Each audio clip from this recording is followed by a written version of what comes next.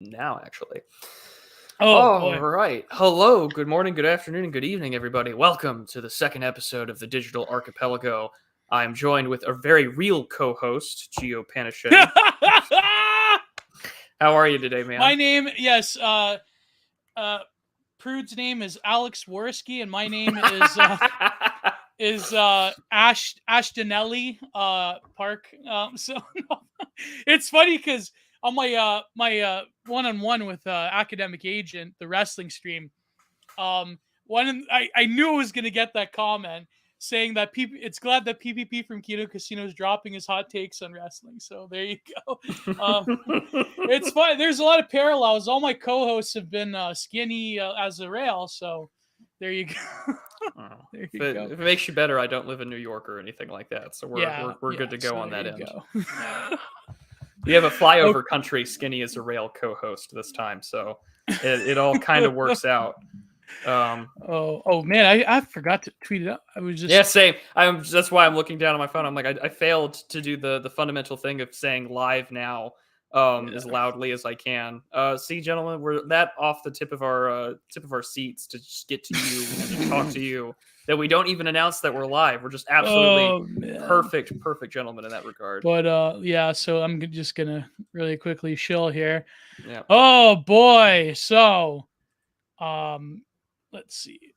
What well, how's life been, Prudentialist? How's Life life has been? been okay. I was really Is it looking okay if forward. I call, because I keep calling you Prude, Yeah. but you're like, oh, I'm like, just use my name. Well, they know that. Yeah, Alex. So Alex, right? What is it? Am I'm I? not Alex Worski. Don't worry about No, that. don't. No. That'd be very weird if I had the same name as him. Just be like, oh, coincidentally, there's another Andy Worski stream going on. No. I just go by Matt when I'm on there Matt. sometimes. So Fuck. yeah, Yeah. way to I don't go. know why I confuse people's names all the time. Yeah, It Matt. happens. It happens. It You happens. don't look like a Matt though. Well, that's because the full name is there. So Yeah. Yeah. But yeah, no, it's just part of who I am. It's my name. I Yeah. don't wear it out. But yeah, it's funny because we mentioned names and things that we've been given to right as a kid. And I thought that'd be very fitting for today that we get to talk about nostalgia in media, a little bit of hauntology, a little bit of lo-fi, a little bit of radio, all sorts of stuff going on. So, it always kind of comes up to the question because even before we went live, the chat was going back and forth about. Maybe I'll just pull it up on here because it was at the very beginning. This guy had said, "Nostalgia is the chemical the parasite releases to lull you into thinking everything is fine while it steals your life and likely your soul." Uh, So for David Foster Wallace. What was the quote? Nostalgia is a bird that loves his cage, or something like Yep. that. So, yeah, A free bird that loves its cage. a free bird that loves. There you go. That I that think was the so. one. Yeah. But David Foster Wallace won, and Bret Easton Ellis lost, and we live in terror right now. So, well, I actually can I use the T word, or That's because a good question. I want we'll try to avoid it because Oh, we're past the 30-second mark, so I don't see why not. yeah. Well, because I've been now that I recently got monetized on YouTube, I've had to like bleep You out have to play the careful. Yeah. every expletive just to like make sure like it's really a pain in the ass. I mean, it's what am I gonna do? I'm not gonna tell Nina Power to not swear. That's Well, yeah, I stupid. mean, but it's like normally you can get away with it if you're like 30 seconds past it. That's what I've learned is the way to get Oh, past the yeah. censors. And I mean, most of the time, if they say things are not monetized, you just don't. You just appeal it, and it's worked for me every time. But Really? yeah, it's kind of how it works. But See, I don't know that. Whenever it says like limited monetization, I just turn off appeal. monetization. Just appeal. Maybe Yeah, I should. just appeal Some it of every them, time. though, I could tell. Like when I get into the eDrum, I knew they'll tell you. They'll tell you after you tell request a manual review and stuff like that. Yeah. Yeah. So, anyways, I guess back to the topic at hand. Nostalgia. I guess we should really begin by what it means to each other, because nostalgia is always going to have a different sense to who you're speaking to and what their frame of reference is. Like it's always that longing for home, is it translates from the ancient Greek. So what is nostalgia like for you as a 29-year-old Canadian? Oh wow, it's those commercials, those public service announcements. One of them was about bullying. It's all like the funny thing is, I think it was actually not like I was never into the angry video game nerd stuff or the Doug Walker. What's that channel with a bunch of people? What's that called? Channel Awesome. The one that imploded. Um, Doug Walker actually, he actually did this review of different childhood PSAs of millennials, and the Canadian ones are always like affirmation. It's always about like the best one was the beauty salon one. That was the best one. It's like what you could be you and you could be me or something like that. It was amazing. You're a Canadian, you know what I'm talking about. I'm not Um, Canadian, but I'm yeah, sure so someone in the chat does. the American PSAs are always about drugs and just say no and this is your brain, blah blah blah. But the Canadian ones, they were always about like you could choose to be anything you want. Of course. And all those millennials grew up actually believing in that nonsense. But anyways, I digress. Nost- Nostalgia is a tricky thing because I think that well, we'll get into like a little bit of Mark Fisher, but I think that when it comes specifically to Canadian nostalgia, there is a number of like key things as growing up in Canada on the other side of the border as a millennial. You remember certain shows, certain things. Like I can remember being in school and like going home, and so I was privileged to watch Trailer Park Boys before everyone else did on Showcase, and like going, I think it was Monday night. It was Monday night after Raw, and it was a Trailer Park Boys, and this was like the original seasons with Mike Clattenburg, and then of course after they had like horrendous shows like Kink. That was a terrible show. But no, I mean, I think that I was thinking about this question because my parents were watching some show on BritBox, and I was thinking about how if you were growing up, like locality and our relationship to media has a huge impact on the type of content that you imbibe in and the type of impulse towards the nostalgic that you have. I mean, apart from the collective mass things like movies and video games and stories and certain childhood like young adult literature. I mean, a lot of it was trash, but then some of it was pretty good. Like I remember reading The Giver and like Lois Lowry, Gathering Blue. Yeah. But I think that the relationship we have to media, there was a time where it was basically if you were a millennial or if you were a Gen Xer, it was essentially related to locality and to your own specific experience within one's own nation, or if you were lucky enough to have TV programs from another country or so forth. I mean, there was syndication, there was, distribution, but I think that if you were to ask a Canadian the specific media that they were, indulging in when they were a kid, you know, staying up late at night and watching Teletoon After Dark with shows like Clone High and Undergrads and there was a bunch of other ones, but like the point being is that I think it is funny how as a generation we have this relation to media as opposed to relation to various other cultural works of art or literature or events. It's rather mass syndicated media that informs the consciousness of the millennial, the way that television informed the consciousness of the boomer or the Gen Xer. The Gen Xer really was the sort of crescendo of the television generation. Television was experiential. Television was, in some ways, a communal thing. But now with the internet also has the element of communal experience, but it has this other layer on top of it, which in a way globalizes everything, but also in another way implodes everything into very specific niches. Of course, there are certain elements of internet lore that crosses over into community experience. I mean, we all remember first time we heard about Chris Chan, for instance, or something of that nature. But it is funny to think about these relations between the formation of generations and media, because in a way the media creates our distinction between generations, and it's very uniquely felt among millennials because of our capacity for nostalgia. But anyways, I just going on too long, Prude. I'm very sorry. Oh no, you don't need to worry. That's ranting. why we're here to ramble. We're here to Yeah. give them our takes here. But I mean, that's it's kind of funny because like nostalgia, locality does play such an important role. And so, I mean, my chat and my audience knows that like I grew up very much as a rootless cosmopolitan, like as an army brat. And so Oh, yeah. the idea of television for us is like whatever the Armed Forces Network would pick up in bulk. So it would be like 2 or 3 seasons behind whatever the current thing was. So you'd be watching very old episodes of like CSI or Oh, God. or ER or whatever that would just be available by happenstance. And so anytime that you would get back to the States, you know, if like, oh, you know, like CSI is on or whatever, and you know, someone like if you had a friend over or a neighbor or something, like, oh, this is an old episode, but for like myself and my family, be like, no, we haven't seen this before. Like this is brand new to us.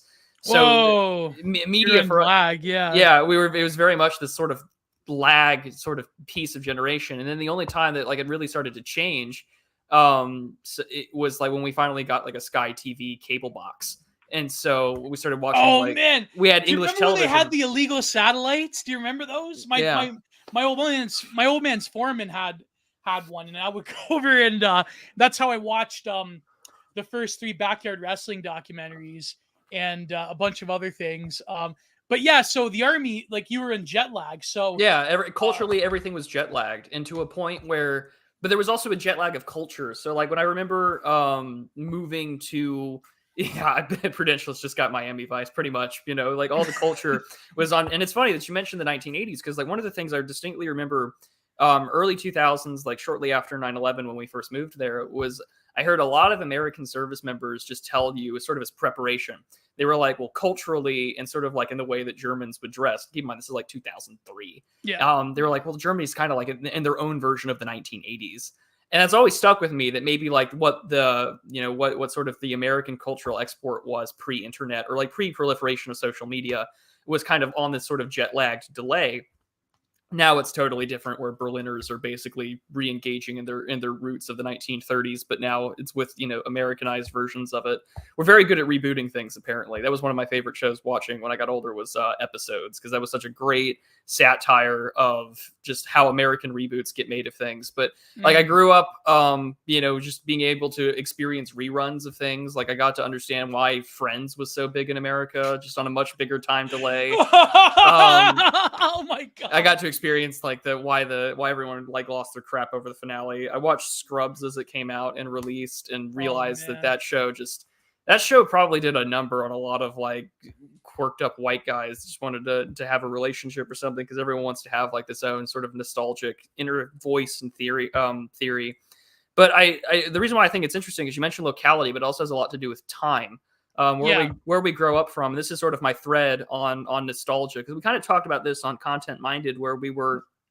My thesis is that you look at movies about like Turning Red or whatever, where a lot of the Disney or even modern cartoons, they're not written for kids. They're written for teenagers and adults. That's why I think a lot of shows like Regular Show and whatnot, they have such an appeal to younger people, older people, not just kids, but like in their 20s and 30s. Well, Adventure Time when Adventure Time was good. But yeah, right. There's a nostalgic pull to it, but it's also like this isn't really meant for children.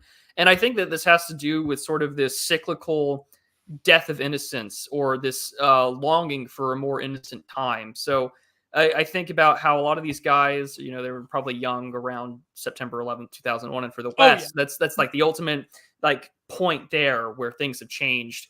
And they want to go back to this youthful thing. I think Turning Red's like the best modern example of it. But I can't help but think, and this is the one Woody Allen film that I like, is Midnight in Paris, because I think that perfectly like summarizes the cyclical nature of nostalgia, where you know, Owen Wilson's character is obsessive of like the roaring 20s. He wants to go back to a time of the great writers of old. You know, he wants to meet Salvador Dali. He wants to know about all these fantastic people and what they were inspired by and can just spout about it like any autistic bird can about what they really like. But the woman character that he's romantically interested in the past is longing for the time of like the French greats, like, you know, the same, you know, time difference, you know, like I'm from 2010, you know, this is like 80 years ago for me. You want to go 80 years ago to another more innocent, seemingly glorious time. So there's like this really cyclical version, I think, of nostalgia that plays in here. And that's why when you tagged me I'm going to try and pull up the tweet while we talk about it. But when you tagged me about these generational concepts of horror, I think that that really does sort of reemphasize that nostalgia for us and what also scares us is based off of these What youngest. did I tag you in? You tagged me in this tweet about like Oh, not the femboy. Prudentialist. no, that's terrible. That doesn't exist. It doesn't exist. No, um it was about Gen X, millennial, and Yeah, Zoomer. Yeah, yeah, horror. yeah. What was the millennial horror one? I forget. Millennial horror was things like Five Nights and Freddy's and early video game horror like Found footage. found footage. Yes, yes. Yeah, found footage. So Although I would basically, argue that the Gen Xers pioneered found footage with oh Blair yeah, Witch Project. yes, But again, I have to say this because this was a tape for the Necrophagia band that Phil Anselmo was a part of, where he said in this interview for Necrophagia, he said not Necrophagia, the amazing tech death band. I mean the other band. He said that actually the Gen Xers that loved Blair Witch Project, they were ripping off the very first found footage film, Cannibal Holocaust. yeah. I was about to Cannibal say Holobunga, Cannibal sorry. Holocaust is the Yeah. OG found Oh, footage sorry, I didn't want to Italian say the film. word. I said Oh, we'll be. so. It's Cannibal about a movie. We're good. Holobunga. Yeah. You know. So, The Italian spaghetti western of cannibal films, but yeah, definitely just. But no, that's what it was. Is so much that they had to go to court to prove that everyone wasn't they had to get dead. Sergio Leone to like explain the special effects to the court. That was amazing. Bring So the magician in to explain the trick. You know. yeah, but I think that the difference being is that when it comes to found footage is that millennials, we really just ground it into the dirt. Whereas like, and I remember like all of my well, except for one, all of my cousins are pretty much older than me. They're like Gen Xers, and they remember the cultural happening of Blair Witch Project. That was like everywhere in 1999. I Yeah. believe it was 1999. Yeah. And that was really a happening because it was so original. Because unless you were one of these art house people that knew about Cannibal Holobunga, you would like the found footage thing was really iconic. But now with Paranormal Activity and with subsequent lo-fi horror, it becomes a genre unto itself. Not even Dogma 45, Dogma 95, yeah. Not even that sort of like low production. I mean, all of it's low production. Let's face it, all of it is. But it becomes this own thing. It becomes and of course, I mean, you've done videos on this and you've written things about this. So, but anyway, I'm cut you off. Well, yeah, no, because that actually made me want to bring up. There was this post from this guy on Telegram, and from Sunflower Society, and it's about analog horror and sort of the backrooms aspect of it. Yeah, the mythology of the backrooms is really becoming like. Yeah, so I want to read this out for everybody because I think this is kind of worth discussing nostalgia and some of the greater aspects of it. But for those unfamiliar with the backrooms as an emergent phenomenon, it's been around on the internet for like 3 or 4 years, starting as a thread on 4chan because this did start on /X. I thought it started on X. I thought it was creepypasta, but no, they took that. It was an X post. Yeah, I saw it on X like 2 years ago about like, oh, you ended up on this level or whatever. The madness of monochrome yellow. That was so good. Yeah. But yeah, so it's because both of these guys, Kane Pixels and Bob, I think they're like both 18 and they used Blender to do all this. They're both Zoomers. It's the high quality horror. If you guys haven't seen it, you've probably heard me talk about it at length, or you can look up any of Kane Pixels' great videos on it. But his recent one, I will say, not spoiler alert here, but his recent one, it goes beyond the sort of like finding some and there's other ones, there's other great ones who do a 3D animation where there's monsters and whatnot. There's different levels. There's one where there's like a garden, then there's like a vegetation level in a building.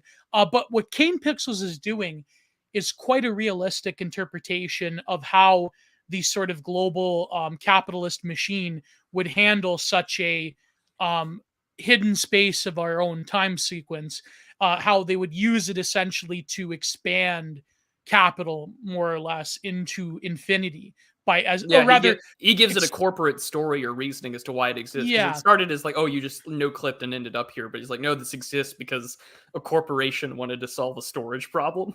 You Yeah, know? exactly. It's Heideggerian. It's like it's standing reserve becomes infinite now. Yeah, so So so yeah. he goes on. He says the main idea behind the backrooms is that they are a surreal place in between realities, in which one is suddenly no clipped out of reality and trapped in a dull place that is seemingly unending and not fully real. Usually a surreal office space, but not always. More recent additions include that it was discovered by corporations. It was intended for infinite space, but the Mhm. backrooms themselves ended up being very bad for that purpose due to the introduction of the monsters of the backrooms. That they'll hunt people down and themselves being almost human like or a surreal visage of humanity. Dr. E. Michael Jones makes the argument that the horror genre of the 1960s and 80s, again, back to the cyclical bit of nostalgia, Yeah. felt a lot about dealing with new sexual mores, namely the loosening of them, and why it was so often for a bunch of teenagers going out and trying to get it on, or then getting murdered by some psycho. Jones argued that it was the exploration of fears surrounding this new marketplace and landscape, their guilt, shame from sin. He also broadens this argument that horror reflects the fears of the generation that creates it. So Shelley's Frankenstein fears in regarding breakthroughs in science and the Industrial Revolution. Similarly, for Zoomers, he says their view, the Backrooms as a horror genre is a reflection of the societal feeling of being stuck in a surreal place, liminality on a social, spiritual, and physical level. And I think Whoa. that that's really good. That's, That's amazing because I think that E. Michael Jones is really I'm looking up something because I wanted to make this point about the sort of well, E. Michael Jones argues that the horror games in the 60s, the genre, 80, yeah. the genre new sexual mores. There's always there's people that say that horror is an inherently right wing genre because the outside is invading the sort of normality of certain activities, and it really is always there is a psychosexual element to it. For example, even in the 2000s, people think that this concept is original, but you know that film It Follows. Did you ever Yes. watch? Yeah, you Yeah. know that's a metaphor for STDs, right? Yeah. Only because I've seen someone else comment on it, but yeah. Well, yeah, but actually, that film is not entirely original. If you were a Gen Xer or an older millennial, what film do you remember that was pure Kino, but that was the same? That basically It Follows kind of sort of ripped off the concept from, or at least the conceptual framework from. What was that film? And of course, I think it was actually produced in Canada, if I recall.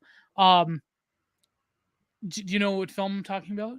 I don't actually, unless you're Ginger referring. Snaps. Ginger Okay, Snaps. I don't know that Ginger one. Snaps was the same, only they turned into some like vampiric monsters. It was pure like early 2000s.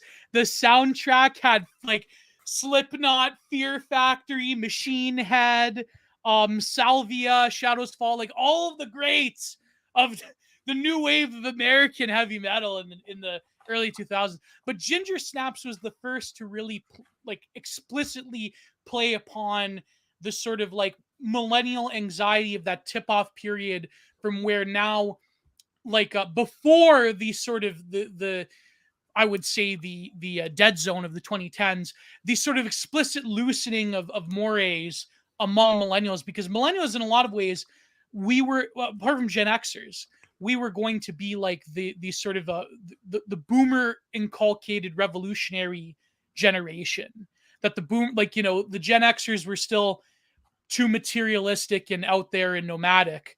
But the millennials, so the millennials, we were going to become the real revolutionary generation. But that failed utterly, entirely. We became a bunch of failed sons and failed daughters in Norwoods and so forth.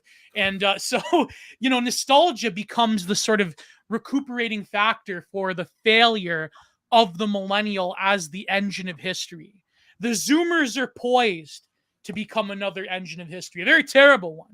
The last dying breath of the boomers will be to tell their great grandchildren that they must carry up the cause of the, to quote E. Michael Jones, the revolutionary spirit. So, I mean, that's probably crazy, Prude. I don't know if you agree with that. No, But I those, mean, I think that we'll consider what around the time that millennials are really starting to come of age and there's media that's being catered explicitly towards them. yeah, They're really caught in this era, or at least older millennials. And I mean, yeah, you being older than me, you would also probably know like that time around the 2008 financial collapse when there were guys that are coming of age, just graduating college, just graduating high school, and they're yeah, looking like, yeah, oh, well, things are not great. But I'm thinking of like the horror movies of that time. I remember the original Cloverfield Yeah, experience, where yeah. it's like it's basically found footage, but it's with a cell phone. It's I just watched Cloverfield Lane. That was kind of stupid, but it was all right. Like John Goodman, he plays a good psychopath. He But like, does, he does. yeah, yeah, But I mean, the original one, right, is trying to project the found footage genre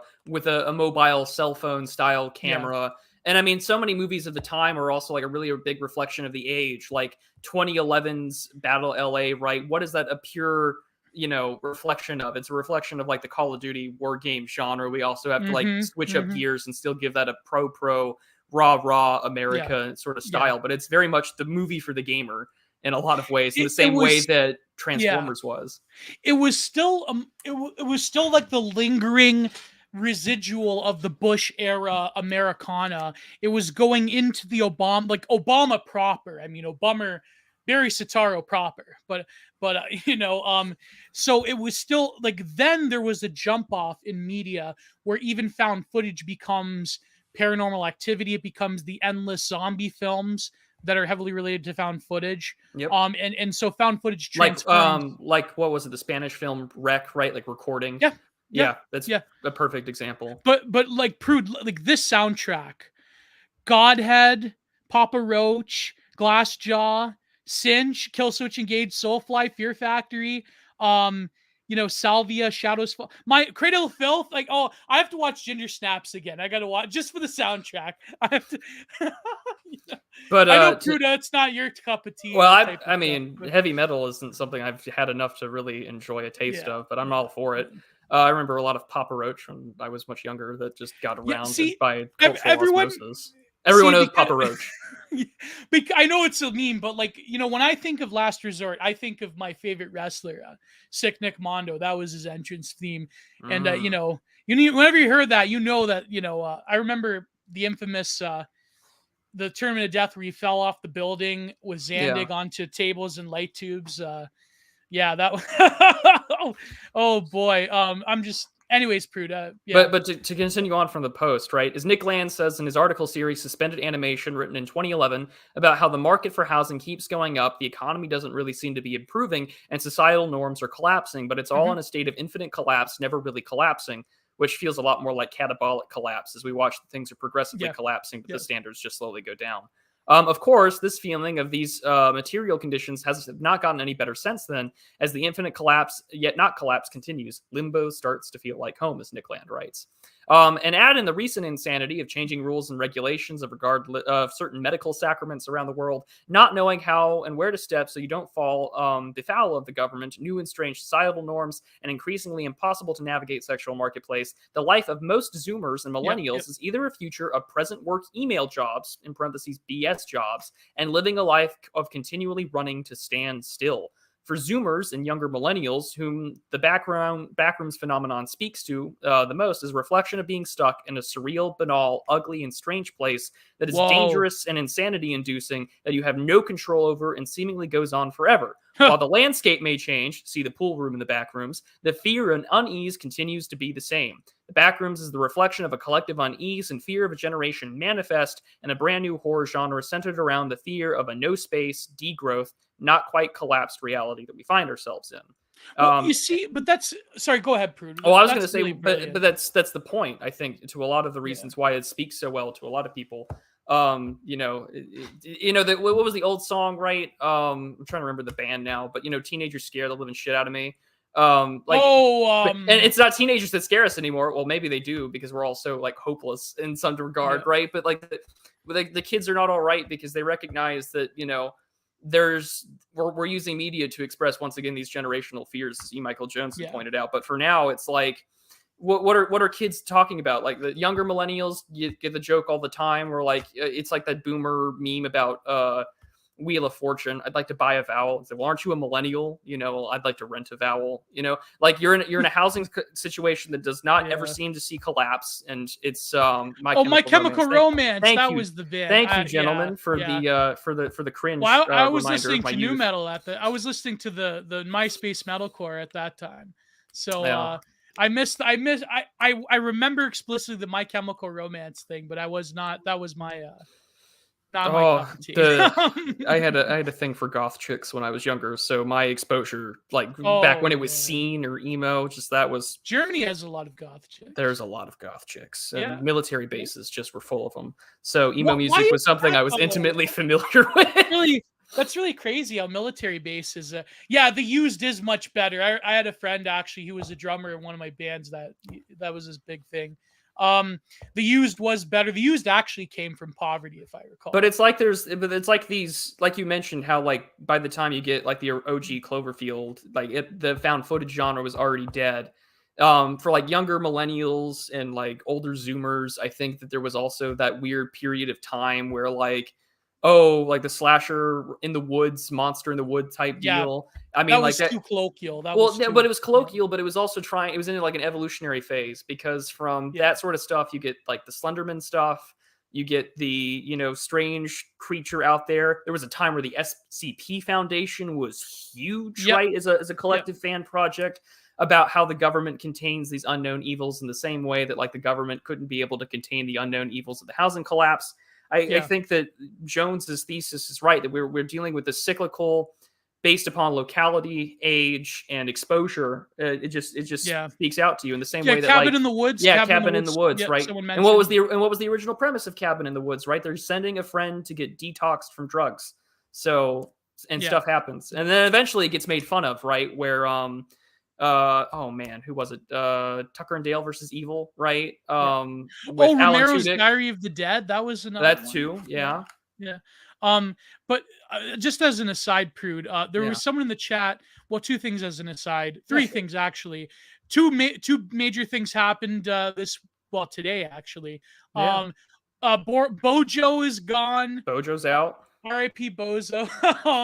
Unfortunately, like, I agree with our amazing friend, academic agent, that what we're gonna put in place is probably gonna be worse. Yeah. And the Georgia Guidestones just got yeeted. So there you go. There you go. But also I wanted to ask you, Yeah. yeah, R.I.P. Bojo. I wanted to ask you one thing before that. Someone mentioned Mark Fisher. I'm going to read some from Oh, sure. Ghosts of My Life. But I've only read capitalist realism, so yeah, yeah, but I do agree with the criticism. I forget who said it, that unfortunately Mark Fisher, he places modern ills on like capitalism, neoliberal. Like for example, he yeah, talks about in Ghosts of My Life. This was, of course, the later writing. I believe this came out right before. Like a lot of these essays came out before the Vampire Castle one. 2013. So yeah, yeah. He has to like Mark Fisher unfortunately will annoyingly recapitulate to like orthodox leftoid Marxism. So yeah. for instance, he says that I have a comment from Sean up there. yeah, totally ass backwards. I'm blaming capitalism and the Marxist tradition. Capitalism is eternally human nature. I mean, I don't agree with that. I think he's talking about the modern modes of capitalism, or capital accumulation as primitive accumulation. I do agree is natural, but in terms of how capital manifests itself within society and within culture and so forth. But the problem, he talks about how racism and sexism and heteronormativity, that's a product of neoliberalism, when it only took after he, unfortunately, he checked out, unfortunately. So RIP Mark Fisher. It only took after the few years after to fully realize the actual implications of how neoliberal capital actually is the most anti-racist and the most anti-woke and the most heteronormative than it's ever been before. I mean, anti-fascism. I agree with Thomas 77. Anti-fascism, anti-racism is the foundational blocks of modern American-driven society. But I wanted to ask you. You mentioned catabolic collapse. I've yet to watch. I've watched a little bit of the video. I have to actually watch the full thing. But I know that Keith Woods actually critiqued Jean Michael Greer's. Yeah, Sorry, John Michael Greer, not John, John. Yeah, Sean yes, Michael sir. He's Greer's. not Yeah, French. He's not no, French. no, no. But he critiqued catabolic collapse. What are your thoughts? I mean, I know you've engaged a I little bit think of. that Yeah, I think that Greer has a point though that at least the way I view it, right, with like I think about I view catabolic collapse in the lens of the United States post 65 has a disparate impact civil rights regime. Yeah. On top of the fact that you have Spandrel's concepts, both of the IQ shredder with major cities, and then also with the issue of bio-Leninism. Eventually, there are going to be difficulties in trying to maintain that's a lot of the higher complex orders of systems to where, where Gavin Newsom's talking about, reduce electricity use, or we're going to have, issues of maintaining it or building things. It's like we've lost certain abilities to innovate. And I always go back to my friend who works for, he and I did college debate together, and he got he studied finance, and he works at Raytheon now, and he's just like, we still have guys from Raytheon that work there.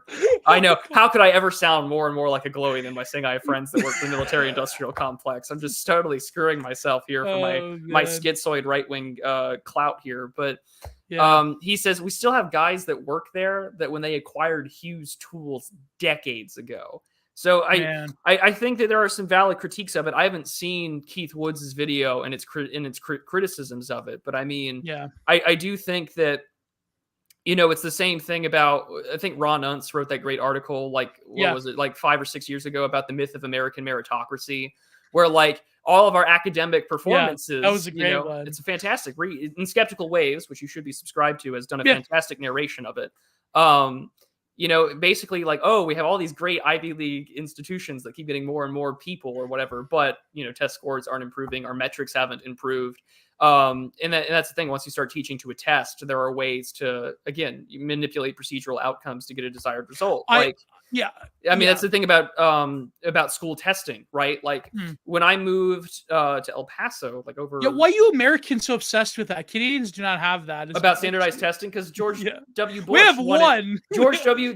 Bush passed the No Child Left Behind Act, and to quote from his 2011 memoir, Decision Points, he argued that making sure that there was equity and testing and public education was a civil rights issue of the time. And so that was the big way that he championed it. And his argument, the marking clubs. Yeah, right. But years afterwards, though, right, his argument saying that No Child Left Behind worked is that it would close the achievement gap between various races and ethnic groups in the United States. However, here's the kicker: manipulation of procedural outcomes to get a desired result. So what do teachers start doing? One, they start teaching to the test, or two, they just cheat. So what is the El Paso Independent School District famous for? It is most famous for a cheating scandal to get federal funds in order to do what they need. I remember that. I remember Mark Stein talking about that back in the day. But by the way, really quick, to Oscar Toe, my good friend, my good patron, go to patreon.com/Giant Productions. You can't search it in Patreon because I put it to 18 plus. But don't worry, the link is in the description. Yeah. The reason I did that is because I have to email Patreon. I'm paranoid about when I do my Modern Art Madness series, I have works of art that have nudity in it. So I'm like, oh, I don't know if I should put it. But I think apparently if you paywall it for only your patrons, it's fine. But I have to look at it because I know porn stars and all that will go on Patreon. But to Oscar Toe, unironically, 100%, The Craft is one of my favorite films of the late 90s. And they totally butchered it. They ruined it. The Zoomer Craft. I can't believe it. I'm so angry. The Craft was literally magical. And that would be great. Oscar Toe says, can you get those girls from The Craft? I would love to get, what's her name? The Wiccan Faizula. Oh, I have to look up her name. She's got a weird ass name. She was also in American History X. Let me look this up. She was the girlfriend of Edward Norton. Oh, okay. Yeah. What's her name? The Craft. Faruza Balk. That. Yeah. She's still all right for almost being 50. She always played that like psycho. Crazy like Wiccan. She was great in American History X, but that was, Well, and it's funny that you talk about like we're looking up people that are years ago, and this is another thing about nostalgia being based on age, but also based on locality. Because I saw someone on Twitter, I think it was Pedro Gonzalez, or someone was talking about the Iraq War. And I remember as a kid, like living overseas, we got the Stars and Stripes newspaper, and you would think about things of the early 2000s, and you would think about things about like, oh, we got him. We were talking about like either it was like Osama bin Laden, or much earlier in my childhood, just like things like we captured Saddam Hussein, right? Do you remember the Mission Accomplished banner? Yep, I sure do. And but the thing that tweet stuck out at me though was, hey, whatever happened to Jessica Lynch? Yeah.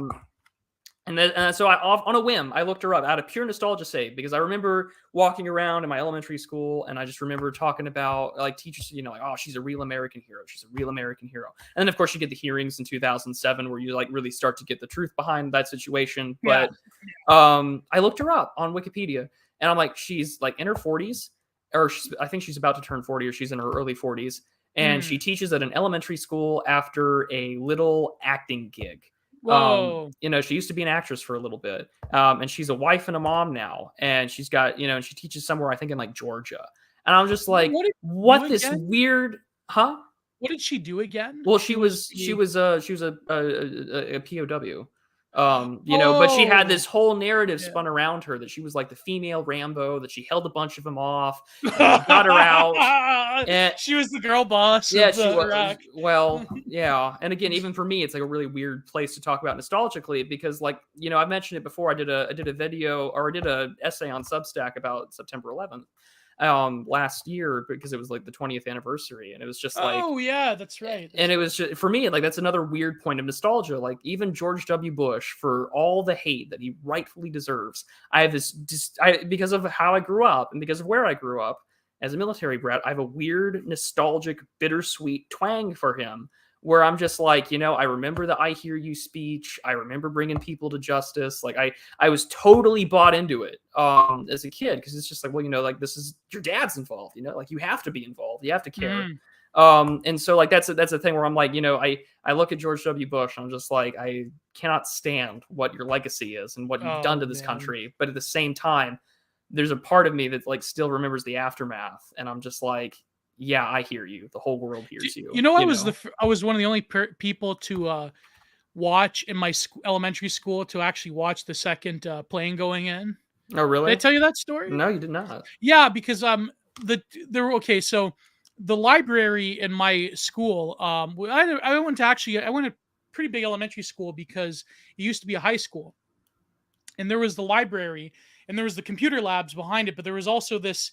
So the computer labs were like one way across the desk, and then the other room was like this lounge room for the librarians, and it was the only room that had cable TV, that had the cable hookup. Yeah. And the old school, like the television on the rack, right? Yeah, got to wheel it in, knowing that you weren't doing anything in class that day. Yeah. Oh man, when they broke that out, it was good. Yeah. That nostalgia. There you go. So I went to take the attendance down that morning, and it was a few teachers and the librarian and me, and I could see like the door was open. So I was like, and right when I was there, I saw the second plane hit. And I remember my mother was at my grandparents' house in Niagara Falls, and she called my father. My father was working on a job, and he's like, "Oh no, that's not true." And then he goes, and then the guy that he was working for, he was doing a driveway for, he like calls him to the house, him, his crew, like all of them, right? And like, come and see. And right then, the plane, hit, and the charge. No, never mind. No, I'm not gonna say on YouTube. No, let's not. Let's not. I'm personally listen. I don't believe in the whole like they put something there to make it go down, but I do believe they let it happen. So that is my extent of my take on that particular incident that changed the world. Yeah. But I think that also, that 2008, but Drew, do you think they let it happen? I think that there's a lot of intelligence faults and plenty of things that were not going to be released from the commission report that will make sure a lot of people don't get justice, in the same way that John McCain spent his whole life making sure that POWs and their families would never get justice from their government. So yeah, I do think so. But it says a lot, I think, about again, time and locality, where like even today like everyone will tell you that like Trump is a 90s Democrat, and it says a lot that like the right wing of 2022 is the left of 1992. where we're nostalgic for this sort of optimistic pro-worker age where like the new right has adopted a lot of like, really hardcore left-wing worker talking points of the 90s. We're like, yeah, like we're anti-globalist, we don't like NAFTA, we don't like the WTO, we don't like the WEF. And it was just it's a nostalgic point where like there's the sort of inverse, but we're nostalgic for an era where there was still some sense of optimism. Like this, like globalization had already been happening for decades at that point, but like the 1990s really had escalated things to where we are now. And I think that the government, for all of its like incompetencies, right, you do have some of this like, oh shit, we have to catch up sort of deal, right? Where maybe making China like first nation status preferred for the WTO permanent in the 1990s wasn't such a good idea, or maybe deindustrializing ourselves wasn't a very bad idea.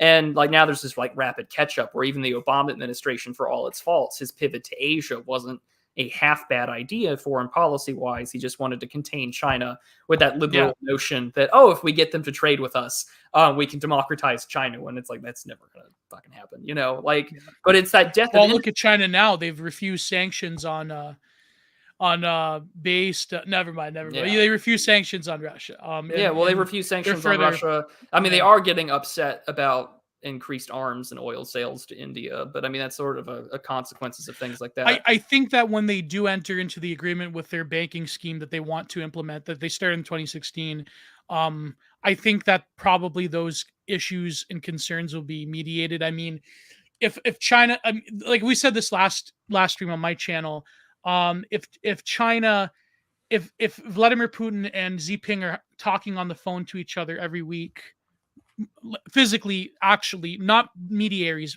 personally, and Brandon isn't, and when China basically holds the economic future of America in its palm in a lot of ways. I mean, arguably, right? Well, this is the thing about interdependency, though, is because there's a consumer base that America has for cheap shit, and at the same time, they're also reliant on us for our ag sector. I mean, they take advantage of a lot of our meat exports. I mean, keep in mind that the country itself is basically, most of as close as to the coast as possible. There's not too much arable land. I mean, most of the western part of the country is ridiculous mountainside. Not to mention that they're still trying to focus on the internal issues. Like, again, things are cyclical, right? Like everyone can remember some form of nostalgia for things like Kony 2012 or Free Tibet, to where now it's kind of like, it's like, again, like Free Tibet. Now we're doing the same thing with the Uyghurs, right? Like now it's just sort of that sort of issue that kind of comes to mind. So I only time will tell, I think, in that regard. I truly think if something happens with Taiwan, then it really will be a test for the American leadership class and what they're going to do. Because I know that Russia essentially backs China's foreign policy outreach goal, which is Taiwan, and of course China backs Russia in the blue-yellow country. So I mean they can't say it. Obviously, they can't outright say it. But man, I mean, I don't know why, Prude. I mean, every time we something about foreign policy has to come up. I mean, maybe you have an aura about you. But it's funny you mentioned Trump, though. I have this article. I want to read just one excerpt. Yeah, go for it. It's from let me go to it's from Highbrow Magazine. It's about millennial nostalgia, the early onset millennial nostalgia. This was written this year, June 23rd. But this one quote is very interesting about the unrelenting nostalgia that millennials have for the 1990s, a time of possibility in childhood. We get labeled the me generation, particularly Generation Y, core millennial, which I'm a core millennial, or I'm like a core to younger millennial, seeing I turned 30 this year. But this is where the article sort of really, kind of gets at it, but not really. But another defining aspect of the millennial lull, I put that in. That's my, that's my shout out to Amarna Forums, the millennial lull generation, is that they came of age in a post 9/11 world. It was a shift so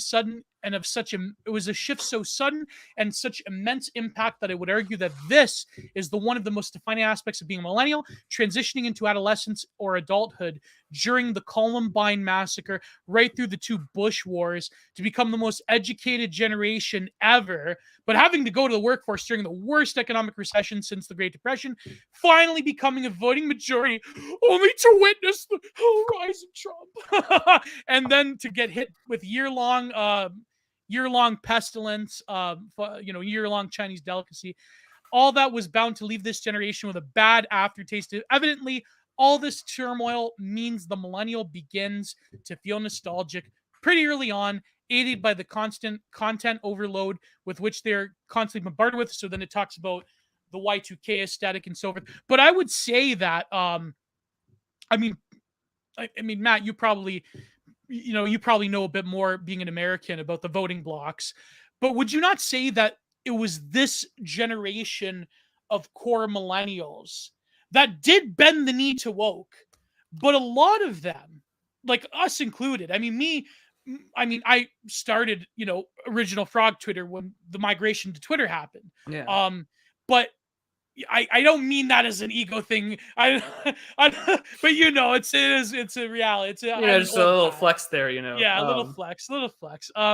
So I would say though that when it comes to the millennial, a lot of them did vote for Trump, and so this is the millennial leftist impulse to view, rather the boomer leftist to millennial leftist impulse to view Trump as an aberration, when really as you know, there's I've said before, there are many different threads within American political life dating back right to, I would say, Reconstruction even, that embodied the sort of populist, nativist, in rhetoric, maybe not in actual policy, but the sort of populist, nativist, leftward economic turn of Trump. And so the millennial responds with nostalgia in the millennial's heart to a certain segment by voting for Trump, because Trump, remember, is the nostalgic, is the hauntological president of this sort of when postmodernism was really at its peak in the 1990s and 80s and 90s, as Frederick Jameson says, Trump not only is the first post-truth president, but Trump is the first grand eloquence of the machismo 80s, golden everything, 80s, high class, 80s sort of decadence. 80s decadence, Hollywood, and Hollywood really comes into its own in the 1980s. Reality shows, professional wrestling. Hello, shout out to Academic Agent, my good friend, our good friend. And how old are you, Gio? I am 29. In December, I'm going to turn 30. I'm very terrified of that prospect, but we'll see what happens. So yeah, Trump, I think, is not in this analysis this sort of evil specter that haunts the millennial. No, rather, the millennial, or a certain percentage of the millennial, expresses their nostalgia by Trumpism. The memes of Frog Twitter come from this sort of 80s impulse. Even the sort of celebration of what became Trumpism in 2016. Yeah. A lot of that has to do with the millennial nostalgia. So that's my thesis. I don't know. I could be wrong about that, but there's a lot. Right-wing populism has been around for much longer than we think. Keep in mind, right? Trump is also sort of partially responsible with sort of Oliver Stone with the Reform Party in 2000 when Pat Buchanan tries again for a third run, right? Really? He's been a part of the American political system for a while. But the other thing that also keeps, and they've been asking since the 80s if he was ever going to run for president. He would have. That's right. That's right. Yeah. But the thing to keep in mind, though, that I always think about with Trump is that he's the inheritor of everything that Pat Buchanan wanted to, or that tried to be. Because I think immediately of Murray Rothbard in 1992, he wrote the Strategy for the Right, and he was basically saying the right-wing populism was going to be the political avenue for the future, for the right wing for the Republican Party. And the only reason why this really old man at this point, he was almost, he was nearing his, he was getting old. This was right before Murray Rothbard died. I think he died, 95? But he's writing in 1992 this strategy for the right about like embracing right-wing populism and having like people that could effectively speak to the common man. And I mean, Trump was speaking to people that, and again, there's that like 15 to 20% overlap of like your average Bernie bro voting for Trump in 16. Yeah. And there, that overlap, I think, speaks a lot to the 90s nostalgia, the optimism, perhaps that, hey, now that we've learned our lesson from what came out of the 1990s post-Clinton era, that maybe we can go back. And it's kind of funny because I remember after the election, NPR interviewed Pat Buchanan, and they're like, this dude kind of nuked you like in a lot of ways in 2000, and now you're sort of endorsing him as like your inheritor. And he's like, well, for better or for worse, like this is what we got. Which, I mean, Pat Buchanan is one of the single most important American men that deserves an apology by everybody. But there is that nostalgia that definitely comes into mind that to me speaks a lot about sort of, and I mean, even Canadians have it too, right? Like I think of Stan Rogers, the idiot, all the time. Like, you know, someone else is going to say that the factory is going to close. I mean, Americans watched a lot of their destruction of, you know, we deindustrialized, we traded a lot of our sort of, you know, moral majority comforts for these like cheap plastic goods from overseas. And I mean, the one guy that kind of spoke to it a lot is also, you know, Ross Perot, where this rich guy would basically sort of outline the economic problem by TV ads. Like, again, all this nostalgia for 90s politics is basically back in the norm to where now, you know, your average far right voter is probably just a normal, sane person from 1992. Well, even Obama, like you would say that Obama brought back 90s culture war. Like, I mean, he was basically he was the basic modern version of it, though. I mean, he's the first one to really take advantage of social media. He's the first one to use because all these tools are finally available. Smartphones are out after 2007. You're out and about doing the things of Twitter. I mean, like Obama just owned social media, right? Like he's the first one, I think you're right, to sort of start the culture war aspect for the modern age. Because back then, what did we have? We had like, you know, 2000, like there's a great Twitter account, 2000 culture in the 2000s. Yeah. Well, no, it's that 2000. What's that Twitter account? The 2000s. It's a Bush era leftism bot where it'll just be like all the anti-Bush memes, but they're all like for us, they look like cringe Facebook memes from today. But like, you know, that's the thing that I think that comes to mind. Is that it changed because now it's being able to go everywhere all at once. And then Trump perfects the use of social media. In he's tweeting himself.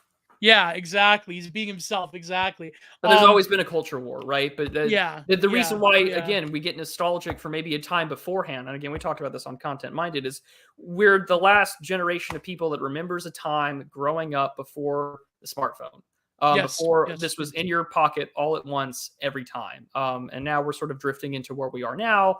I mean, and then of course, you know, in 2014, we decide to talk about ethics and gaming journalism, and here we are. Man! But to go back to the 2000s though, and the early real 2000s, ground zero, you know, the real ground zero was that, you know, we talk about nostalgia in media, and we wanted to talk a little bit about lo-fi and some other things. You know, I immediately think of the disintegration tapes from William Basinski, right? The disintegration loop. By the way, distribute us in the chat. Please watch later. This is a jam-packed episode. But yeah, the disintegration loops, you mean, by Basinski. Yeah. Total piece of garbage, in my opinion. No, actually, I shouldn't say that. Go ahead, Prue. Go ahead. Well, no, I mean, a lot of people kind of associate him with like the birth of like the vaporwave as a genre that we know it. Yeah. And I mean, there's a lot of nostalgia for it. I mean, like, because, you know, I think of vaporwave now, not only do I think of like the 2016 era that I get nostalgic for, because that's where I really got to see it sort of as like Fash Wave and other things, but also there's that desire to go back to the 1980s because it was sort of this weird, like, you remember, like, there's always this cycle. It's a generational cycle thing, right? Where it's, you know, we have this affinity for the 1990s and the early aughts, this pre-smartphone era, just in how like people in the aughts were nostalgic for the 80s. And now in the 80s, you know, we had TV shows basically about, you know, Happy Days and things like that. And the Waltons, you know, and even earlier television shows before like the really big post-war urbanization and flight of populations. You had things like, you know, Honeymooners, Honeymooners, you know, just, you know, the Andy Griffith Show. Like there's this like, you know, but there's a nostalgic and cyclical nature, not just the expression of fears of what those consequences would be, I think to maybe add a corollary to what Jones was saying was that it's not only just an expression of fears as the horror genre, but the media of nostalgia of, say, like today, where we're talking about, flip phones, slide phones, or even just Yeah. the early 2000s, like with Turning Red. There's this desire to go back to a world in which we were young, or which what we would consider the good old days. And for Yeah. children, and millennial nostalgia especially, is a time before the smartphone, a time before you were put into a transhumanist position where I am perpetually locked in Yeah. 24/7. And I could go outside and like play outside until the lights turned on. And I mean, you see this with the 80s and everything like that. Yeah. And even in the 1980s, there were slices of life dramas in the same way that we have This Is Us or Parenthood, where Oh God, This Is Us.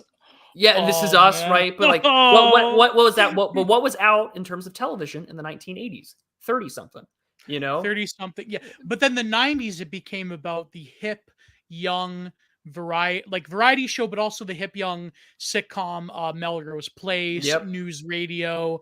I'm of course, Seinfeld and Friends, I mean, Oh yeah. it's funny because The Duckman actually played this one gag where he was with the group of friends. Of course, it's Jason Alexander oh yeah. who's voicing Duckman. Who's just rants. There's no comedy. It's just like Yeah, yeah, long-winded yeah. existential Gen X rants. It's brilliant postmodern cartooning. And there was this one part where he's with this group that was spoofing Friends, and at the very end, he says to them, "People look at you guys, and they look at what they want to be. They look at me, and they look at what they are." And meaning like you look at George Costanza as opposed to looking at Ross and Rachel. Phoebe, Ross Rachel and Rachel. what's the blonde one? Oh, Phoebe. Phoebe, yeah. Yeah, Phoebe, yeah. They look at them. They're like, oh, that's hip and young, and they're all loving, and they're they're cool. But then Seinfeld's like the gritty, especially George Costanza. Oh yeah. And so someone mentioned in the chat, watch the McLaughlin group. I do agree. McLaughlin was based. It was a great show. But also, what was I going to say? Yeah, the Summer of George. Oh God, that has a different connotation now. The Summer of George, but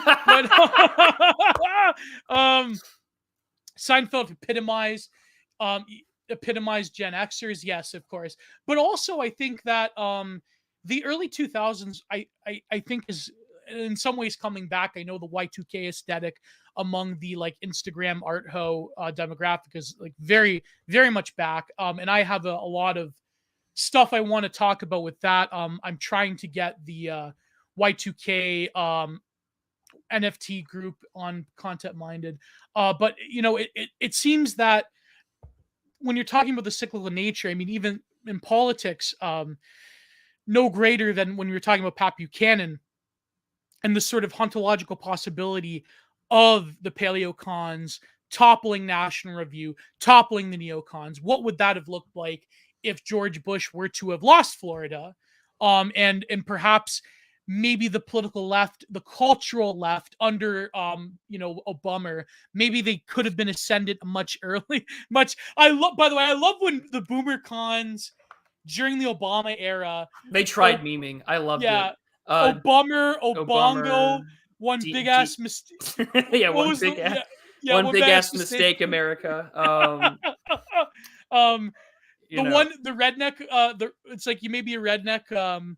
It was like this guy in a trailer park, and it said, redneck word of the day, Obama. And it said it bought a 6-pack and a drank it Obama self. Like, yes. Yeah. So no, but like what I asked this once, I remember a while ago. I asked this once about what would happen if Buchanan managed to topple William F. Buckley and NRO and National Review and the neocons, and what if George Bush was given a defeat?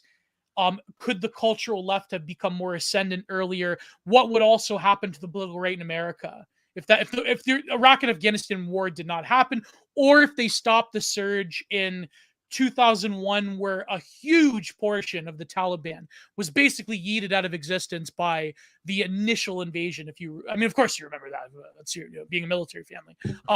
But I think what if they were to have done a Somalia where they would have left where if President Gore would have left in like 2002.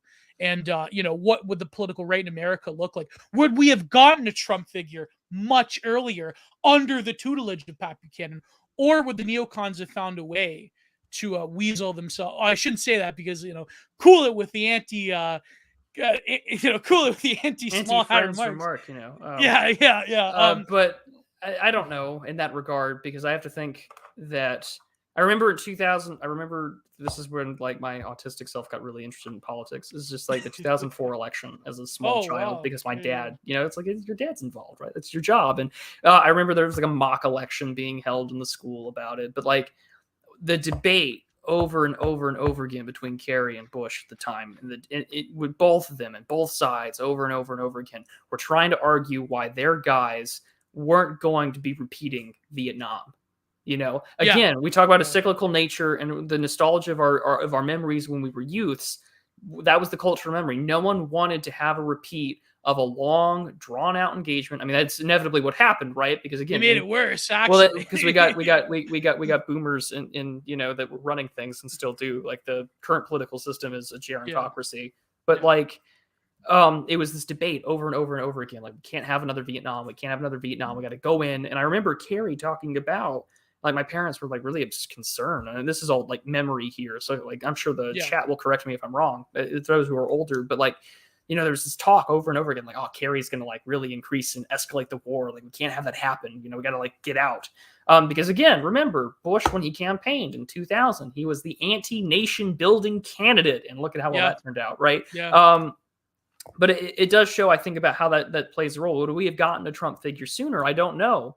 I do think that if Bush were delivered in a defeat in 2000, again, a lot of things would be like, I think a Gang of Eight bill probably would have came a lot faster. I remember, I think that a lot of the woke, what we call woke cultural mores, I mean, keep in mind, by the 2000s, the institutions were already captured with critical theory. I mean, Yes, that's right. so a lot of these things are still going to have happen. I think that maybe in ways that we wouldn't identify them so readily as woke, but I mean, they still definitely they would have been there. And I think that in the 1990s, I mean, in the universities, it was already a foregone conclusion. I mean, this was Judith Butler's most productive period. Oh yeah, I mean, Butler and Crenshaw come out of the late 80s and in the 90s. It was their decade for sure. Yeah, Christave is not as bad, but like, that's same, but I mean, that's where it begins. So I'm not too sure. I think a lot of things would have gone the course that they did, but again, it's a what if. We'll never know. But it does go back to like the things that we experience as young adults, and this is where like millennial and Zoomer nostalgia sort of hits its place again, where you have that, oh, let's tap into the aesthetics of old, like with the genre of like vaporwave and things like that, and these distortions or electro reverb stuff. Like, I know that like a lot of electro swing kind of got to come back the same way that steampunk did in the mid to late aughts. Pure Reddit. Pure Reddit, but it's all there in the same way that dig was a thing, right? Like all those things. And I just think that, again, all these childhood or youthful expressions of memory being exploited, because this is what the millennial and the Zoomer moment is. It is being born into a world where the death of innocence happens right before your eyes on primetime news, with either the war, the recession, being born into a post-recession world, or being born into a world and then you watch 9/11 happen. So all these things, right? So what do we exploit? We exploit the death of childhood. That's why I think Five Nights at Freddy's is so prolific, because everyone can remember Chuck E. Cheese. Everyone can remember going to like some place with an animatronic band or something like that. And again, all of that, it's childhood. The liminal space compilations with music from basically the back rooms before it was. Yeah, or in the Caretakers. Yeah, we'll get to. We'll get to that too. But no, it's funny you mentioned that, because when it comes to like the Bush era, there was one theory. I remember this one very obscure schizo on Twitter told me this. This was a few years ago, that basically if George Bush would have never happened, the militia movement and the far right in America would have had a moderate ascendancy. And the militia movement would have maybe made waves, because all of those young men, especially that they were recruiting, they then later go off to overseas, to Iraq and Afghanistan. And it was a cultural disruption in the way in which the regime hyper focused on the sort of quote unquote white supremacist militia movement prepper. I don't know if that thesis is partially correct. I don't know, because like the militia movement really just gets destroyed out of Janet Reno and the Department of Yeah, Justice under yeah. Clinton. I mean, Boy, that my boys in the mafia were just trying. yeah, right. Yeah, Like all those, like I mean, I think of Waco, I think of Ruby Ridge, and I yeah, think of yeah. the hyper militia movement in Arizona, which I mean, you can call The Arizona one was pretty I mean, you big. can call Razor Fist whatever you want. I think that the two greatest things that he's done was talking about the militia movements and his defense of Michael Jackson. But his video on the militia movements is basically showing you how Janet Reno is full of crap, because all the guys in the militia movement in the Viper one in Arizona had none of the stuff that they were accused of, and it was basically showing us the blueprint for how the feds will infiltrate and get a group to do whatever they need to do. There was this very long thread. I think I sent my father this one, but it was breaking down this new book that this researcher she wrote about Timothy McVeigh, and how he basically, he had ties to the Arizona because he was sent there to the Arizona militia movement, and it seems everywhere the militia movement went, he would crop up mysteriously, and he had all these ties. And then he would talk about how with the Gulf War syndrome, how they knew the tracers were going into civilians, and there was all this crazy stuff that they couldn't account for when he was part of the tank crews, and like it was, a lot of missions would go awry, and they would be left alone, and like they wouldn't be briefed, and a lot of scary stuff happened in Gulf War One that we don't even are privy to now. I mean, all of this has been covered under the early 2000s, the late to early 90s was covered under the bricolage of Obama 2010s culture, in my opinion, where Americans no longer cared about foreign policy, and the world in general. I mean, in Canada, we didn't have as much of a recognition of those times because, of course, Jean Chrétien took us out of Iraq, and he made that very sensible move. I believe he was probably the last. I mean, Paul Martin was all right, but like he was probably the last sensible liberal prime minister there was. I mean, the corruption and the Gomery affair. I mean, come on, everyone. That was just the way Jean Chrétien was. That's the way he was. Okay, like that, nothing compared to what Trudeau's crime gang is doing right now.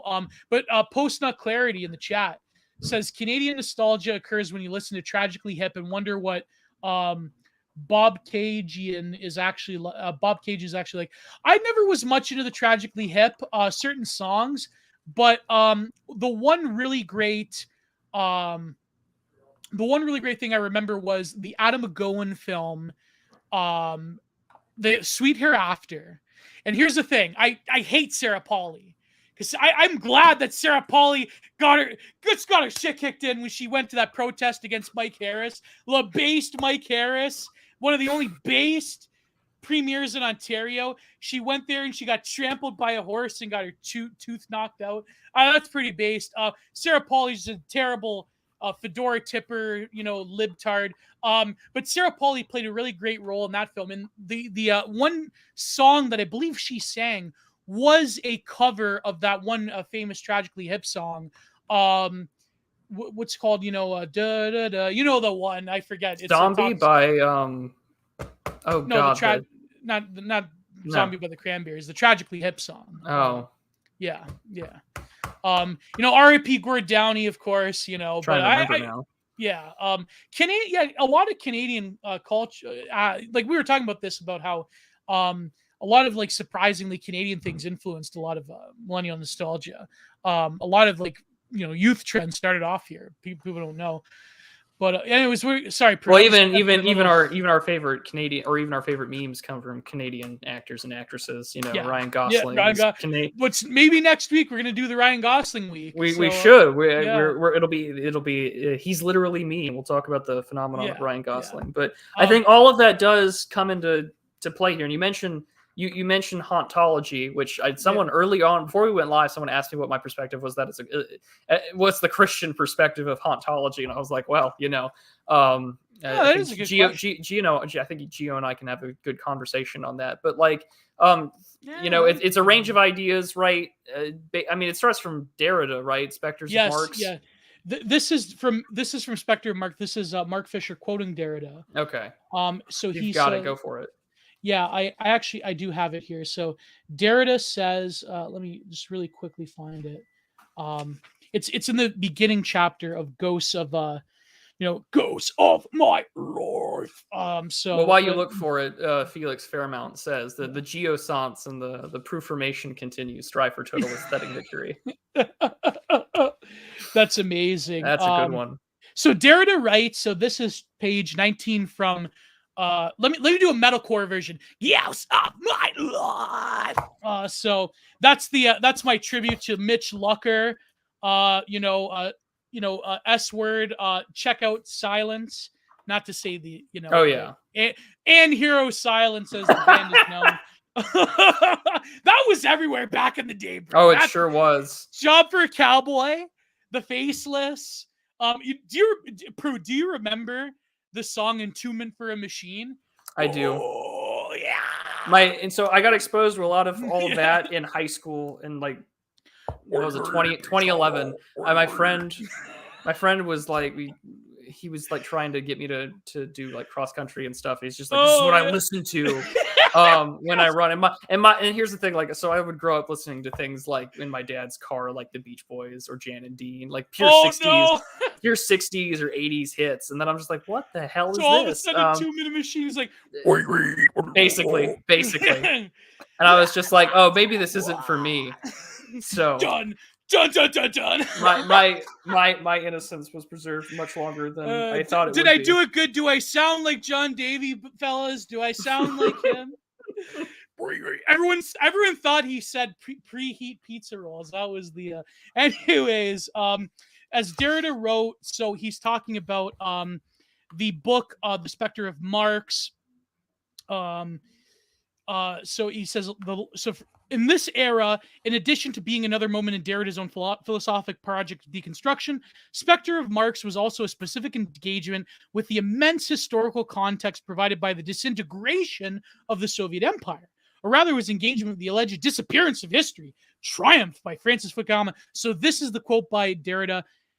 Quote, so he's talking about capitalist realism. There is today in the world of a dominant discourse. This dominating discourse often has the manic, jubilatory, and insinuatory from incantatory. Sorry, that's a 50-cent word there. Incantatory from the Freudian assigned to the so-called triumph phase of morning work. The incantation repeats and ritualizes itself. It holds forth and holds to formulas like any animistic magic. To the rhythm of a cadenced march, it proclaims Marx is dead, communism's dead, very dead, and along with it, the hopes, its discourse, its theories, and its practices. It says, long live capitalism, long live the market, here's to the survival of economic and political liberalism. The Spectre of Marx, this is Mark Fisher now, was also a series of speculations about the media or post-media technologies that capital had installed on how you manage a global territory. In this sense, ontology was by no means something rarefied. It was endemic in the time of telediscursivity, techno-tele-iconography, simulacra, synthetic images. The discussion of the tele shows that ontology concerns a crisis of space as well as time. A theory such as Virilio and Jean Baudrillard, me and Astral, if you go to his podcast, Astral Flight Simulation, we talk about the blue-yellow conflict never happened, but a lot of that was the theoretical work of Jean Baudrillard and Paul Virilio in terms of speed and technology and our relation to culture and the spectacle. So, but like you said, Prude, like this is very much temporality and spatiality. This is being in time. This is the concern. But then of course, a lot of those writers, like Derrida, took from Sartre, who was taking from Heidegger, and extrapolated the linguistic element of this relation to space and time. So now you have literature, because Derrida, of course, being concerned with literature departments being concerned with the post-structuralism. Now you have essentially what Proust talked about in Search of Lost Time, and the virtuality of time, opening up that space of virtual time through the remainder of the nostalgic impulse, whether it was the Petite Madeleine with his, crumpet that his mother used to give him, the main character. But of course, it was pretty much like people say it was kind of like a fictionalized biography of Proust himself, but or it was other moments where he was in the dance hall. There are elements where the space of virtuality of the hauntological possibility is opened up to Proust's main character through the element of the nostalgic object. So now spatiality and temporality intersect in this very concretized moment of nostalgia. That is why the nostalgic image compilations are so vitally important to the millennial lull, because it has that same effect of seeing that, half abandoned nighttime, industrial park, warehouse that was converted into a jungle gym or whatever. Like, it's basically anything that Mytho America's tweeted. Exactly. Yeah. And by the way, next week on Content Minded, my exclusive interview with Eidetic Jesus, Mytho America, we talk exactly about his why he posts, how he's not doing the nostalgic image thing. We talk about his American Gnostic thesis, which is amazing. I mean, it's probably one of the best interviews I've ever did. And please go to my channel, just released in public, and also the full one, uncensored on Patreon. 3 hours with Nina Power about her book, What Men Want. But we also talk about the femcells, the incels, Foucault, Derrida, dating cult, all the good stuff that people love, that in our, all the great stuff. Nina Power is just a gem. Sorry, Pruda. What do you have to show, by the way? What are you doing this week? Oh, well, I'll shill near the end here, Okay, but I wanted to get to the point about hauntology, because and also for people who are confused. So, really quickly, this week will be on Prude's channel. Next week will again be on mine. So we're gonna switch. We'll go back and forth. Yeah, and maybe when we have guests, we'll put it on their channel. Exactly, it'll be a real digital archipelago, because we're all over the place. Exactly. An island chain. To quote the Iron Sheik, exactly, my friend who is an intelligent. No, can't say the. No, don't. He was talking about. I think he was talking about Bobby Heenan or Randy Savage, who is an intelligent tribal person. So. Yeah. No. Prudentialist, was Gio going to talk to David? What? No. I would listen. I would give anything to talk to David Icke on Content Minded. That would be. Sorry, Prude. I'm sorry. I'm just going off. You're good. But the benefit is now that you're monetized, so we can just go back and forth and find another stream of things. So yeah. But the thing about hauntology that always gets me is, of course, like Derrida's writing about sort of the atemporal version of Marx, and how like the West is haunted by this idea of Marxism, and that long live liberal capitalism, long live the thesis of Francis Fukuyama. History is ended, but we're haunted by other things, and we live in a what's the word I'm looking for? A hauntogenic space. We're consistently. Whoa, that's a whole dollar word right there. That is 50-cent word. We're consistently haunted by the ghosts of past, whether we even knew where they were alive, or simply if we know them as dead. And this is the one thing that I think that, for all the flack that you can give to Curtis Yarvin or any of the criticisms, right. He writes that today's day and age, and he wrote a whole essay on this called "Killing the Ghosts," because we live in a hauntological society politically. It's a great essay, and I'm going to reference it a lot here as I go on this little rant. Is that in his essay "Killing the Ghosts," we are haunted by the specters of Mao, Marx, Stalin, and a certain Austrian painter. And until we can kill these ghosts, we will continuously be ruled by them, and we are continuously ruled by the second half of the 20th century until today. And he says that the political battle of the 21st century is not a pre-modern mindset against modernity as it was in the middle of the turning of the 20th century, but it is a modern world fighting against a postmodern one. And that's why a lot of this new right stuff is very postmodern in its nature. Yeah. And we are consistently haunted by these political machines. That's why every Republican president, I remember George W. Bush, I remember McCain, I remember Trump, everyone is the next Austrian painter. And we are consistently haunted by the ideas of old. And in the same way that many of us are haunted by the ideas of old. Obama's FDR, by the way. Yeah, and Obama was basically FDR. Um, Yeah. but we are haunted by ghosts that are important to us. I mean, it goes back to even. I mean, Shakespeare is well known for it. The West is well known for it. That I mean, all these aspects, the image of the father, and Yeah, that the Laconian order of the father yeah, the being like order of the the father, like we're haunted primary. by the ghost Yeah, of it. I mean, even in Hamlet, right? Like we're haunted by the ghosts yeah, of others. And I mean, it's really throughout all of Shakespeare, which makes it so Western. But we're haunted by these things. But for many of us on the right, and I think many of us that post that are aesthetic posters, right?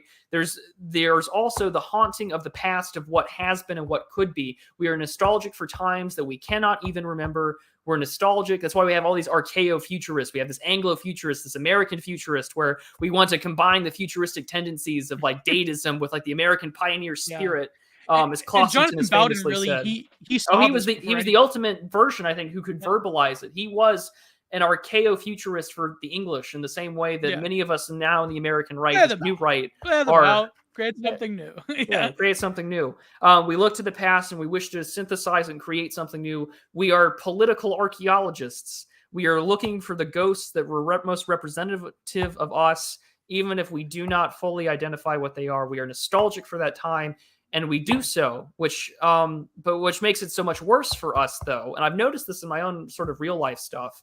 Is that yeah, Sean Weiland. Bring me back to Art Deco, please. You know what's so crazy is that Vaush said that that was he's Is like, I that his like Art thing? Deco. Yeah, and I'm like, bro, you realize that was like capitalism du jour. I don't get. I thought you would like Soviet realism or something like that. Yeah, like Something more. the brutalist Soviet realism of like Yeah, Soviet propaganda yeah, posters with rugged men workers.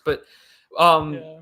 but the thing is though is that we're haunted by things that we can't contextualize fully because there is no living memory of that time. Yes, I yes, mean, yes. even today, right? There was someone had pointed out on the 4th of July that there was this like survey done that like 2/3 of people don't remember like why we celebrate like the July 4th as the American Independence Day, and it's because we have no living memory of a pre 1965 world, and those that are remembering a pre 1965 world are either dying out, have already died, or are currently experiencing mental decay to which they are not Yeah. interested or that we cannot relate to. Now And it's fireworks day. yeah, now it's That's fireworks day, it's barbecue day, it's yeah. we have two Independence Days now, July 4th and Juneteenth. We have Come on, we're dude. Oh constantly man. and we want to go back to like barstool working man conservatism. We want to go back to a Oh, time like that, but even the I love. barstool conservatism of our day is completely mystified by woke liberalism because it's more Yeah. about the moral degeneracy of the time. And I let love me how the just Barstool people really exposed themselves a week or two ago with the court with their decision. Roe v. Wade takes. I Yeah, had this tweet about the guy, the Ponty, what's his name, Portnoy. yeah, David Um, Portnoy. yeah, I deleted it though because that was kind of like I'm kind of paranoid. I said that he probably paid for a few of them. You could really Oh, tell with probably, women of a questionable age. You or know? or push some people down some stairs. Like Oh he's not boy. someone I'd find to be. But at the same day, Oh, but this is the thing though, we're haunted by these ghosts, or we want to revive these ghosts. And so at the very beginning, someone had asked me, like what's the Christian perspective on hauntology? It's just well, like I find hauntology to sort of be an anathema to a lot of the aspects of Christianity well, because so yeah, eschatologically, well, yeah, it's eschatologically, sure, yeah, but I mean, thine unoriginate father, right? right, Like right, right. despite our differences in the creed, right? Like we're Mm, before all, maker of all things visible and invisible, right? Just and before all ages, the Father had been there, the thine unoriginate Father. And so these things have always been with us in the same way that we believe in the general resurrection. We look for the resurrection of the dead. It's not that we are haunted by them; is that we know that they are still here with us. I don't think we're haunted by. right. I mean, we might be haunted by in an eschatological sense, yes, because everyone is going to see my sins in judgment day of all things committed in word and deed, or knowledge and ignorance, which will be a terrifying concept. But um, I But mean, but but in a sense, though, wouldn't you say that it is indicative of the Lord has given us sort of the sort of terror of freedom and the capacity to be to enter into different sequences of time that cannot be advantageous to the mission. But I guess to say that there's only one linearity there, that there's only one path, it would sort of it almost comes off as kind of Calvinistic in some ways. Just a tad, yeah. Yeah, I mean, I think that, but when it comes to the possibilities of it, perhaps I know this is getting into like perhaps bannable. Not really, because I'm not saying it as a criticism, but like it does tend to be that this type of thinking comes from Walter Benjamin. It comes from Simone Weil. It comes from let's call it messianic thinking of the past being a living entity that opens up the possibilities for the consolidation and the sort of reconciliation of all history, and that hauntology rather is integral to that messianic project, because the sort of singularity of history coming through the other side will render all of those hauntological possibilities into one thing. But in Christian eschatology, that is, of course, I think there's key differences there that I'm not well versed enough in theology to really enumerate, but I do know that that particular tribal version of messianic thinking that later led to influencing the sort of post-structuralist post-structuralists and the sort of like Marxists that came out of, the 70s. I think that of course there's immense differences with the Christian understanding of sort of, this promise of Christ and the promise of salvation. They have a different version of it. They have a materialist sort of dialectical version of salvation, of messianic salvation. But I think that these are I would almost have to get someone who is well versed in both. Yeah, this might be a good time to have what's his name? He was on with he was debating with that Gnostic guy back when Follow the Rules had Tyler Hamilton. Yeah, Tyler Hamilton. He'd probably be a better guy to have on. Yeah. But I mean, like that's even within like hauntology is just that we are haunted by, what I would say corpses of the past, even ideological, linguistic ones in a dialectical sense. But I mean, within Orthodoxy, at least from what I've read of both of fathers and priests and people that I talk to that are priests, my own spiritual father during my catechesis, it's just that it is a living thing, that the lives of the saints are living, that when we are participatory in liturgy, we are with the cloud of witnesses, that even if your parish is as tiny as can be, you are there with the saints of all that have come before you, not just those that we consider to be saints. Actually, isn't Christianity just polytheism? That, that's that shit out of here. Just get it out, clear them out. Yeah, I'm actually trying to organize something with Tyler on Content Minded, and probably with him and Joel Davis. But I wanted to do a one-on-one with Tyler. Tyler's great. Yeah, I love him. He's a good friend of mine. But specifically about like phenomenology and Husserl. Yeah, he knows. He would know it far better than I do. That's what he's doing his PhD on. Well, yeah, I mean, he's literally doing the work, as Oliver Bateman likes to say. Doing the work. Who was that union? That union. I don't know why. Like all of like the AOC leftoids, how they don't worship him. Who was the union organizer in America? The Chavez guy. Was it Chavez? Yeah, Cesar Chavez. Why? Because he was anti-illegal immigration. Really? Well, yeah. Because I mean, how else are you going to drive down the price of the workers that are already there if you just bring in Bernie more? believed that. Bernie told you that was a Koch bros whole shtick about cheapening. Yeah, but before that, he agreed. That. He agreed with passive border restrictions back in like the Obama years. But he was. But I mean, until you run for president, then you got to do it. He had to buy his fourth house, so that's right. Yeah. By the way, I know those bastards, they finally got her on Twitter. Our good friend Amy Therese. Oh, they got her? Yeah, they got her finally, because here's the thing. I have no problem with Sean McCarthy. He's always been nice to me. He's been a good guy to me. But she was in a war with Sean McCarthy, and it got pretty ugly, and all the irony leftoids ratioed her. They wanted to get her scalp for a long Sorry, I can't say that.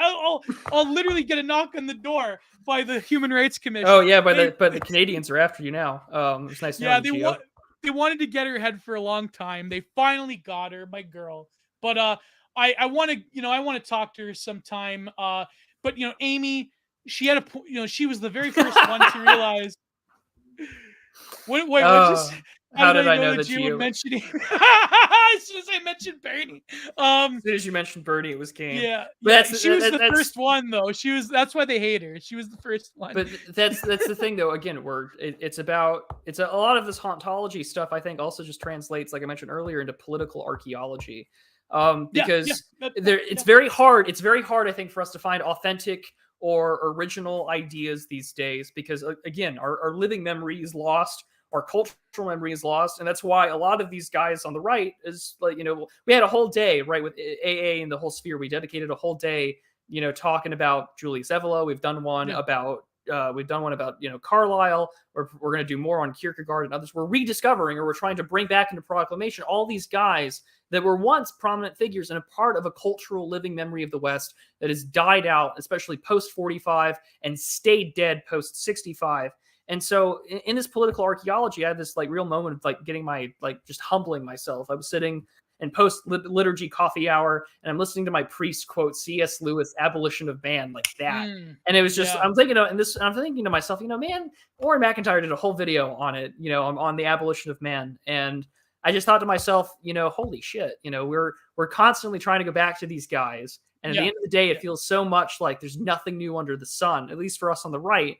Because what is it like, Brielhonner's law, right? The more something of a far right position is, the more it's aligned with history.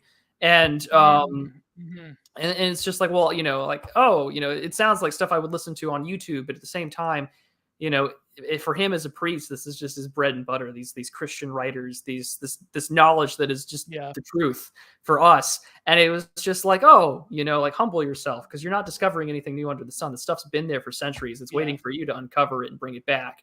I think that's why the hauntological perspective is so interesting, because, hey, at the end of the day, we want a futuristic notion of where these values and virtues and ethics were like the dominant thing. Where like there's the great Twitter account, the Chivalry Guild, right, where he's talking about what it meant to be a chivalrous man, both in the Middle Ages and in the early modern era. All things like that just really does come to mind about we're haunted by these things. But for us, they're not haunted. They're just waiting to be rediscovered. It is like waiting. It is like waiting to come back as a prodigal son to what we deem to be true and to be good. In a lot of ways, I think that for us, that's why horror is so, I think, uniquely reactionary. And the Distributist, our good friend who was here earlier, shout out to him. He has a fantastic video, one of his best, H.P. Lovecraft, and why horror is reactionary. Because why is it that Gen Z and whatever comes after, the alphas, or they need a new name, but whatever. Gen Y, us millennial, Gen Y. But like millennials, Zoomers, and Gen Alpha or Gen A or whatever. Really start using numbers now. We can't give them that. We can't give them alphas, But to go back to like analog horror, why is that stuff so reactionary to us? Because in this world of liminal space, things are decaying but not decaying. That is Earth as it is.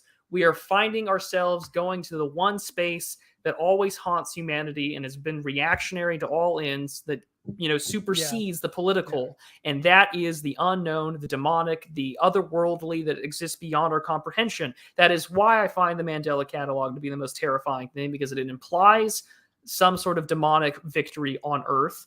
It is why CHSS, one of the earliest forms of that, talks about the nostalgic otherness of like finding a Germanic, Celtic, demon sort of spirit figure that is now being transmissible through radio signals. And it's the same way the otherworldly and the unknown, like Local 58 or the Gemini Home Entertainment, are so good. Gemini, Gemini is so good. And Local all these 58, things. Did I ever tell you about? Go for it. No, go ahead. Well, I was just going to say, the reason why all these things are so in popularity and in common parlance is because it is touching on the one thing that is still the most innately reactionary, the most innately true and eternal thing that there is, and that is the human fear of the unknown or the uncanny valley. And it's all there. And if there's one thing I could talk about for hours, chat, it would be that. I might have to dedicate a video on it in more detail, but that's why I think that's why it's so common these days, because the younger millennials, the Zoomers, and whatever comes next is like, they have nothing in the material sense to look forward to. Right, so what is the cause of it? It is sort of this semi-Gnostic, semi-Christian idea of we are being ruled by evil. There's that demiurge, the darkness of entropy that rules over us, Yeah. I wanted to ask you, though, before that, someone mentioned, who is that in the chat? We raise a love our fist. chat, don't we, gents? Yeah, we love our chat, don't we, folks? Robert Patter mentioned Ron Perlman and The Blacklist. I actually watched I watched almost all episodes of, not the recent seasons, but yeah, The Blacklist is a pretty good show. That one episode with Ron Perlman sticks out because they had a little bit of a philosophic quandary there. Ron Perlman, I remember he's like, would you get that from, would you get that from Red Nietzsche? Something like that. I know Ron Perlman's terrible in real life, but he's pretty funny. Like in Drive, he was pretty. Oh my God, Sean Wiley mentioned Carnival. Oh, Carnival is one of my favorite series of all. Only 2 episodes. Two seasons. They were going to do a third one, but HBO had to give money to the disastrous 6th season of Sopranos. I know it's controversial, but I don't particularly like the 6th season of Sopranos because I would rather wanted a 3rd season of Carnival. Carnival is one of the truly great intellectual mythopoetic shows that was ever made before HBO became a total pile of crap. But I wanted to ask you, Prudy, you mentioned about the sort of bringing back these philosophers and the right wing thought, Yeah, and also about like this sort of demonic force that rules the world. Did you what is your take before we move on to the the caretakers?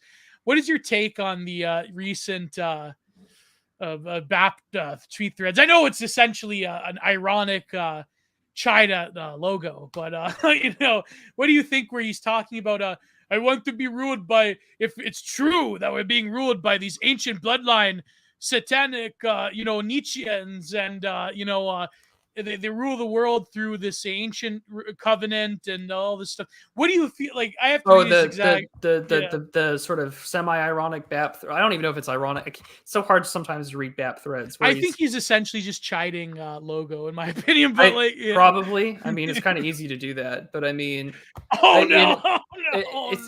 like him though. Occasionally gets the nail on the head pretty. I can't be mad at Logo. I still like him. Yeah. I find him interesting. Is all I can say. I find him interesting. I disagree with him a lot, but he has a take or two that really makes me think. This is why I follow everybody that I find just remotely interesting, or someone tells me to read or listen to. But when it comes to that take, like, oh, we're ruled by, like, if that's the case, we're ruled by them. Wouldn't it be better? If that's the case and we're here, maybe a better. Why bitch about it? Yeah. Why? Well, if we're here, why bitch about it? I don't know. Things suck.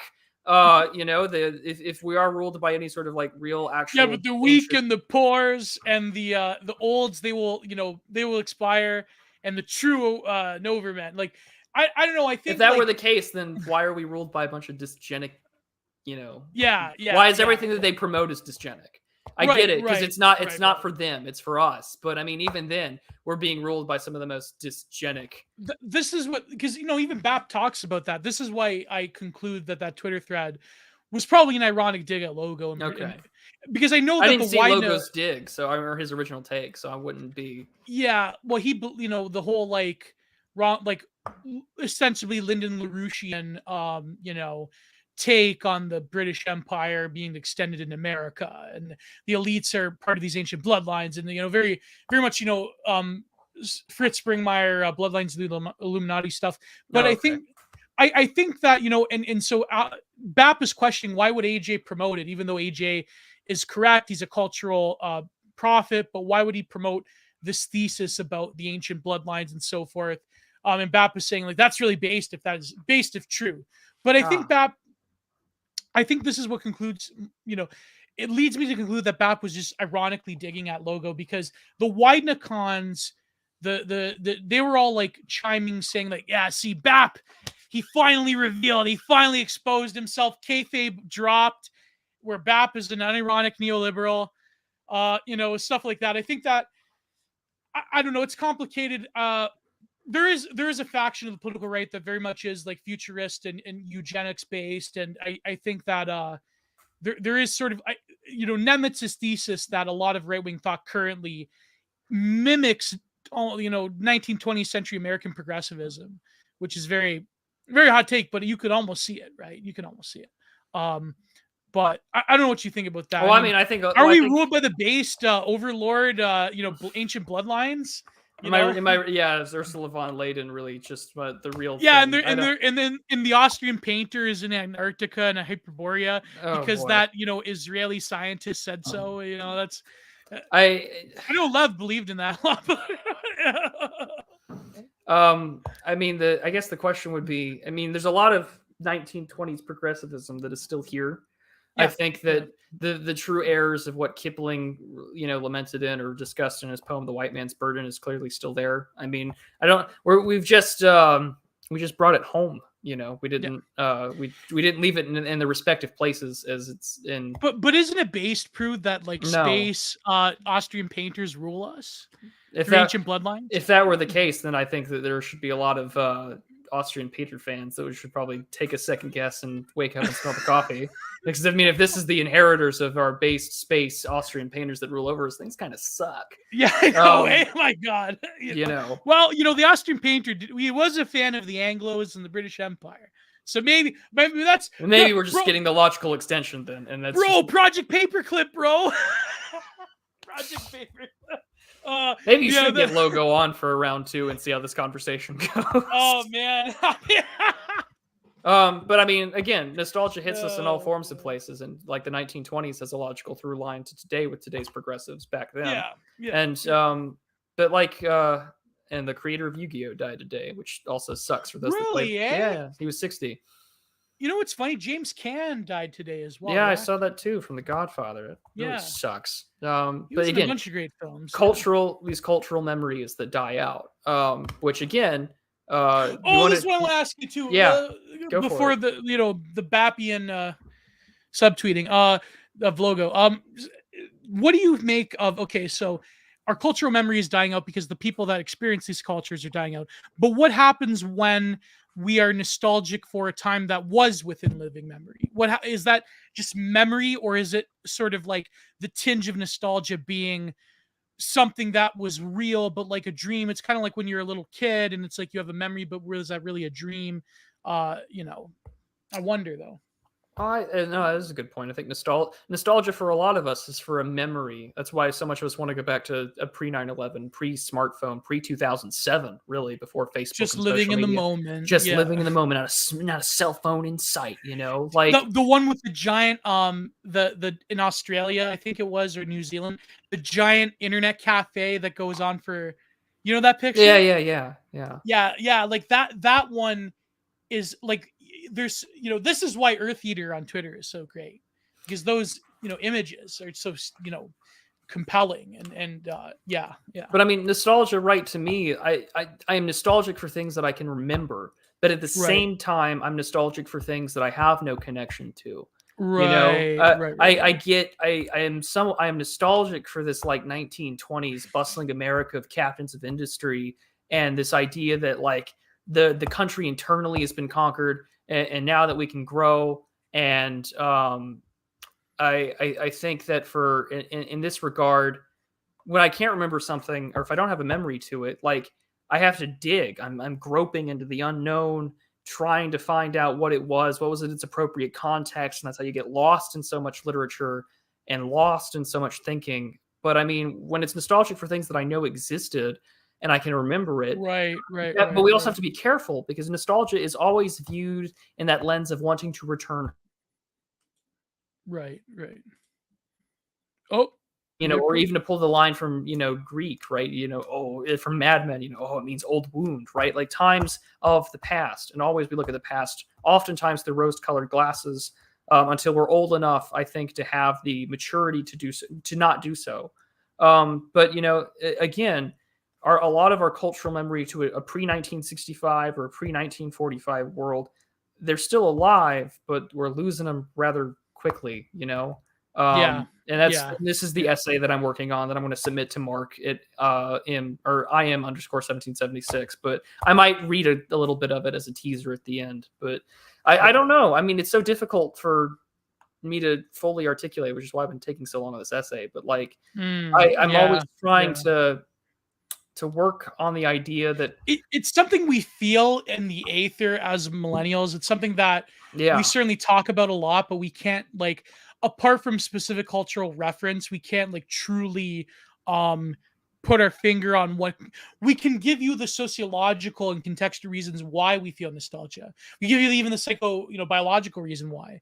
But in terms of like how we experience it, how we see people around us, maybe because we're like creatures of like terminally online, but like, even people in everyday life, I mean, or people that we see on the internet. I mean, a lot of like meme culture, even like a lot of it does have to do with being like growing up as a millennial in a particular time period in history.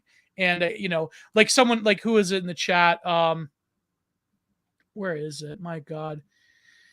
Our good friend Aaron Cummings, steal millennial memories for Zoomers. Well, have I got some news for you, my friend? Zoomers are stealing millennial memories that they were only a kid. It's funny because I remember I had this. That's true. I recorded. I recorded. That's just true. Yeah, it's just true. Like I recorded this great podcast with Helena and Default Friend, and Catherine. There was this moment where we were talking about nostalgia, and she's like, so these young Zoomers, right? They come up and they're like, oh well, yeah, I remember when all that stuff happened in the early 2000s, but we were just kids. And she's like, no, you were a kid. Yeah. I was a teenager. Yeah. You were, or I was in my 20s. You were a kid. Yeah. When the 2010s happened. I'm sorry, Zoomers. Zoomers. She also called that out in one of her thought digests where she's like, I always find age to be that offensive thing because people either think I'm like way into my 30s or that I was like a little kid when like, the financial collapse happened or whatever. Like she's got a point with age, but it's just interesting about that because there is, I mean, people will remember things as children and then reflect it on there. Age is a hyper object, but we'll never know. We'll never know. But I mean, and this is maybe where I'll tease my thesis out. Look at Charlemagne! What a bastard! I love you, Charlemagne. Sorry, Zoomers, your memories are real. You literally have no life. Listen. We love our Zoomers, don't we, folks? We love our Zoomers. Most of my pay pigs are Gen Z. Of course I do. But you have no life. you have no life. I'm hearing Charlemagne's voice as I read that. But I mean, that's the Zoomer bros, I don't feel too good. I don't feel too good. But I mean, that's the other thing though, too, right? Is that so much of our political narratives have been bought through the layer of BS and of the media and things that turned out to like, oh, we were sold on this, but turns out it's a lie. How much memory do we really have when most of our memories were fabrications or run through the media simulacra and were bullshit? Arsenius, the pains of being a 1995 child. Welcome to my life, Zianos, talk about the beaten stepchildren of history right there. Well, my idiosyncrasy is that I remember 9/11, so ergo I'm not one. That's my cope. That's my cope of being of a very young millennial. Yeah, Arsenius, and you're like right between like millennial Norwood and like Zoomerdom, which is like it allows me to relate to both of you and make me incredibly terrified of what's to come for the Zoomers and what's after. Why do you think I wear the fez? I gotta hide the Norwood. But don't worry, you don't need to be ashamed of the Norwood. The Norwood is a sign of age and distinction. Well, like that. Like, why do you think? Why do you think Prude Matt when he wears his suits, he looks like he's 15 going on 50 all the time. And that's why the mustache and long sleeve shirts are in vogue. For me, how can you be simultaneously 15 and 50 at the same time? I'm sorry, bro. I'm sorry. Oh, I know. Man. Greatest anime betrayal. I know that I'm before JF and Andy started backstabbing each other. I know that if I didn't have this on, I would notoriously look like I'm 15 or something. Prudentialist, I am the talent here on the digital Archipelago. And I think you're not as intelligent as me. I'm certainly not as well read. I'm kidding. No, I told TR Hudson when we started the show that it's going to be a grug brain and a theory cell just talking. And it always happens, and it happens to be the fat one that's the more theory cell. It defies all the logic of. Well, you consume knowledge. That's why. Well, there you go. It defies logic of the physiognomy that. I know it is true. Like, I mean, it depends. Okay. a lot of people, like a lot of normal fat people, will be viewed as being more stupid because like bad health choices correlate to lower IQ. But there is a certain subsection of fat people that do look quite scholarly and Norwoodish, and GK Chesterton. GK Chesterton. Yeah, I said Norwoodish, but like it's yeah. I mean, I know like Chestertonian. Chestertonian There is you go. probably yeah. Forget Orson Norwooding, man. Welles. Just embrace the fat trad Catholic. You Yeah, know. yeah. There you go. Anyways, Actually, I had a funny story in relation to age, because like I know I'm a product of just the insurmountable genetic yeah, bottleneck that humanity is in. But like every time that I would go to like the transplant clinic, and this is before I grew it out, but anytime I go to like the hospital, the transplant clinic, there's this black receptionist there, and they're like, well, just ID please, and you hand over your driver's license. She's like, oh, you don't look very old, like you don't look like you're 26 or whatever. And it's just like, oh, I took something from y'all's playbook, I just started moisturizing. And she laughs every time. So they're right, you gotta moisturize, cocoa butter works. oh man. But Look at this from Gloff, hanging out with smart fat kids, just like in high school. That's that's like see, we're offering you some nostalgia. yeah, that's like the prodigal stunna from MDE, where Charles, not Charles, well, Charles is the younger kid, and Nick is the father, and he's like, see, why can't you be like your brother, who hangs out with smart fat people, smart fat kids? They don't get into trouble. But let me get to this one real quick before I forget it. So this was from Bolero 393. Bolero. Treacherous W could have ensured GOP dominance for a century by curbing illegal and legal immigration after 9/11. Instead, he sold us out for second term in a police state that destroyed real America. Well, he was a compassionate conservative. Proto-Lincoln Project conservatism. Lulkin Project, Lumpkin Project conservative. Pederast Project conservatism. That's what they are. No, that's a part of millennial nostalgia too, because I remember when we were kids, we would like go to like we would eat lunch at the cafeteria. I was one of the only elementaries that had a cafeteria, and me and my friend, we would like look up encyclopedia. We look up the Urban Dictionary definitions, and like so when I say that they're the Lumpkin Project, that's like You remember that Urban Dictionary days? Oh yeah, I was exposed to Urban Dictionary and the Chans when I was like in middle school. I'm beyond. Yeah, I'm like most kids, just raised and internet screwed fried by the your internet. brains. Yeah. Oh yeah, all totally fried. But Bush is not really from Texas. Of course not. He's from a New England CIA family that goes Kellogg, back Port, to the Prescott. Maine. Yeah. And just managed to get an Ivy League education and a bunch of coke in him, and then moved to Texas to buy a baseball team after he got sober. Of course.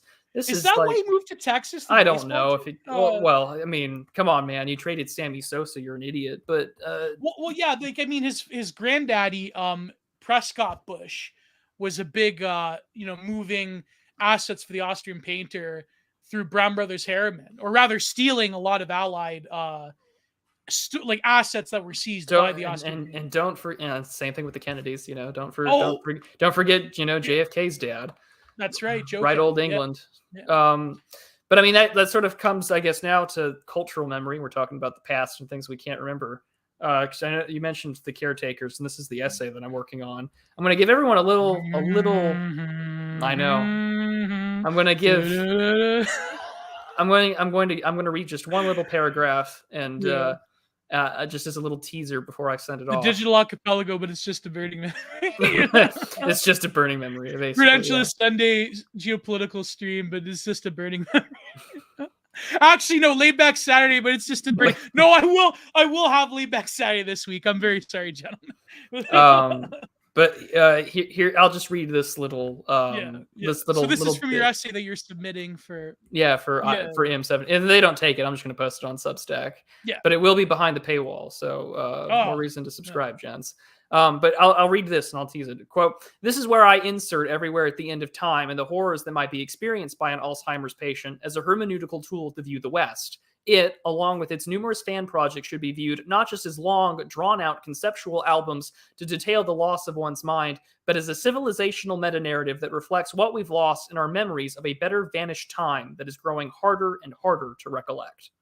Whoa! That's what I've got going for me. There you go. So I think that could that'll make hopefully that'll probably make it hopefully through. Mark takes it. We'll see. Yeah, yeah, that's what I mean. I think it'll make it through. Yeah. Wow, that's amazing. I've never heard like a rightist interpretation of the caretaker because I know, like, unfortunately, when something becomes more popular, it becomes Redditified and all like Oh the yeah. I mean, video that's essayists, what inspired me to do this, because like um ever since it came out in its full completion, I've been a fan of what Kirby's done with his other works too. Yeah, yeah, But I listened to it recently, about a month ago, and into in full, and which of course is always terrifying, but always really beautiful and horrifying as well. But like the YouTube algorithm kicked in, and I was like informed that there are like thousands of channels that have all done their own, yeah, you yeah. know, their own versions of the album. And there are some that are like really optimistic, that like have an after death part where like they return to the afterlife and it's heaven. But The others are one far, smaller channel that really blew up, that one video where it analyzes the paintings and yeah, the music. the paintings and the music. Others have done it where they show the like the lyrics of the sample tracks that he puts it in. So like not only are you hearing it, but you're also hearing like the reverberated, distorted lyrics, which is even more terrifying. Yeah. And I was just like, wow, this is At, insane. at the end, And it's total obliteration. It's and it, basically like Moksha, yeah. Or yeah, it's not basically. Moksha, it's basically like Nirvana or Satori, like, not because I mean Moksha implies, like, in Hinduism it still implies a theism. But But yeah, the thing that threw me away from it was just comment after comment after comment after comment saying, I'm sorry, I'm sorry, I'm sorry, I'm yeah, sorry to their loved yeah, ones. yeah. And I'm like, well, yep, this is where we're at, you But know. before we get to the caretaker, I think you wanted to mention the disintegration loops as being the forefather of Oh yeah, I mean, the genre. there was a YouTube video that I had saw, because we were going to talk about lo-fi and all sorts of nostalgic things, which we always ramble on about. But there was what was his name? He did a really good essay. I'm trying to remember it now, but he did one that was basically saying 9/11 was the accidental godfather of vaporwave. That was the video, and it was by what's his name? I'm trying to Chris remember. Ott or no? No, Harrison Engstrom did a little like I've heard of 12-minute him. video. Yeah, Yeah, yeah, he did he was arguing that basically like that the events of September 11th was like the accidental invention, because he was trying to get all yeah. of his digital stuff recorded from the 80s into digital, and like the tapes were Which is also disintegrating. the Bogier, or rather Verlio or Bogier, the accident of the That would Bogier. be that's Virilio, I think. Verlio, yes, yes, Yeah. yeah. The fatal accident, yeah. Or rather, even his book, The Accident of Art, Not talks about. Aquafina, gents. It's just a very large water bottle. Nice. Yeah. Oh man, when I was a kid, I used to work. I used to think 7-Eleven was like the coolest thing. Going to 7-Eleven. I actually have the original Ruthless Aggression era. I have one of the cups of RVD with that the one WrestleMania where he had the tiger print one where he's doing the 5-star frog. Oh man, that I have that cup actually. So the disintegration loops, you go first because I have a bit of a rant on. Well, I was just listening to him, and I just thought that I could see how this would be sort of Yeah. the forerunner of it, and that's what I thought was so interesting. But I thought that there was a lot of symbology to the fact that these things were literally just ran until they were disintegrated, and it created a new sound. And I mean, that's what they are, right? Like a lot of vaporwave and a lot of like the sort of the political fash wave that came out of like 2016 and stuff was just basically like we're disintegrating these like nostalgic moments of like Gen X and the boomers about the 1980s, and we're running them until they become absolutely something completely different, and then there's nothing left to go back on. So for us, our interpretation of the 1980s is vaporwave, right? Like it's a simulacra of what the 80s actually were. In the same way that like Zoomers, again, no memories for you. It's basically, you know, Bret Easton Ellis's American Psycho, but for them it's the movie. And so, you know, Drive Drive's the same way. Drive's the same way with like Real Human Being, a Real Hero, and all that jazz. Drive is in the present day, or well, 2011. But like, we'll do that next week, right? We'll do that next week. Yeah. We'll do that next week. Next week we're gonna do, I think, Drive, Lost River, and do you want to do the Believer or a Believer? Okay, we're gonna do the Believer. So we're gonna see Aryan men make women come with their cock. No, I'm not gonna do the rant. Not gonna do the rant. Oh, that's brutal. But that's the thing, is that we Zoomers kind of like love American Psycho memes despite it being totally devoid of its context, wherein you know it's a critique of the yuppie, you know, this sort of postmodern deconstruction Yeah. of 1980s like yuppie culture, and so like it's lost without contextualization. In the same way that I think vaporwave takes a lot of like what we think of the 80s, and even like the opening like tracks to Knight Rider, right? It's always it's viewed through a simulacra. It's viewed through this present interpretation. Yes. Presentism, of course, ruins all things in that regard. So Yeah. I think that that's what vaporwave does a lot of. And again, disintegration of what the original memory was, Right. of the Right. original interpretation. And here So we are. for But those go who on your don't, rant by all means, because you know more than yeah, I do. for those who don't know, I do musically, I really do enjoy the first few albums of, well, the first album and a half of Disintegration Loops.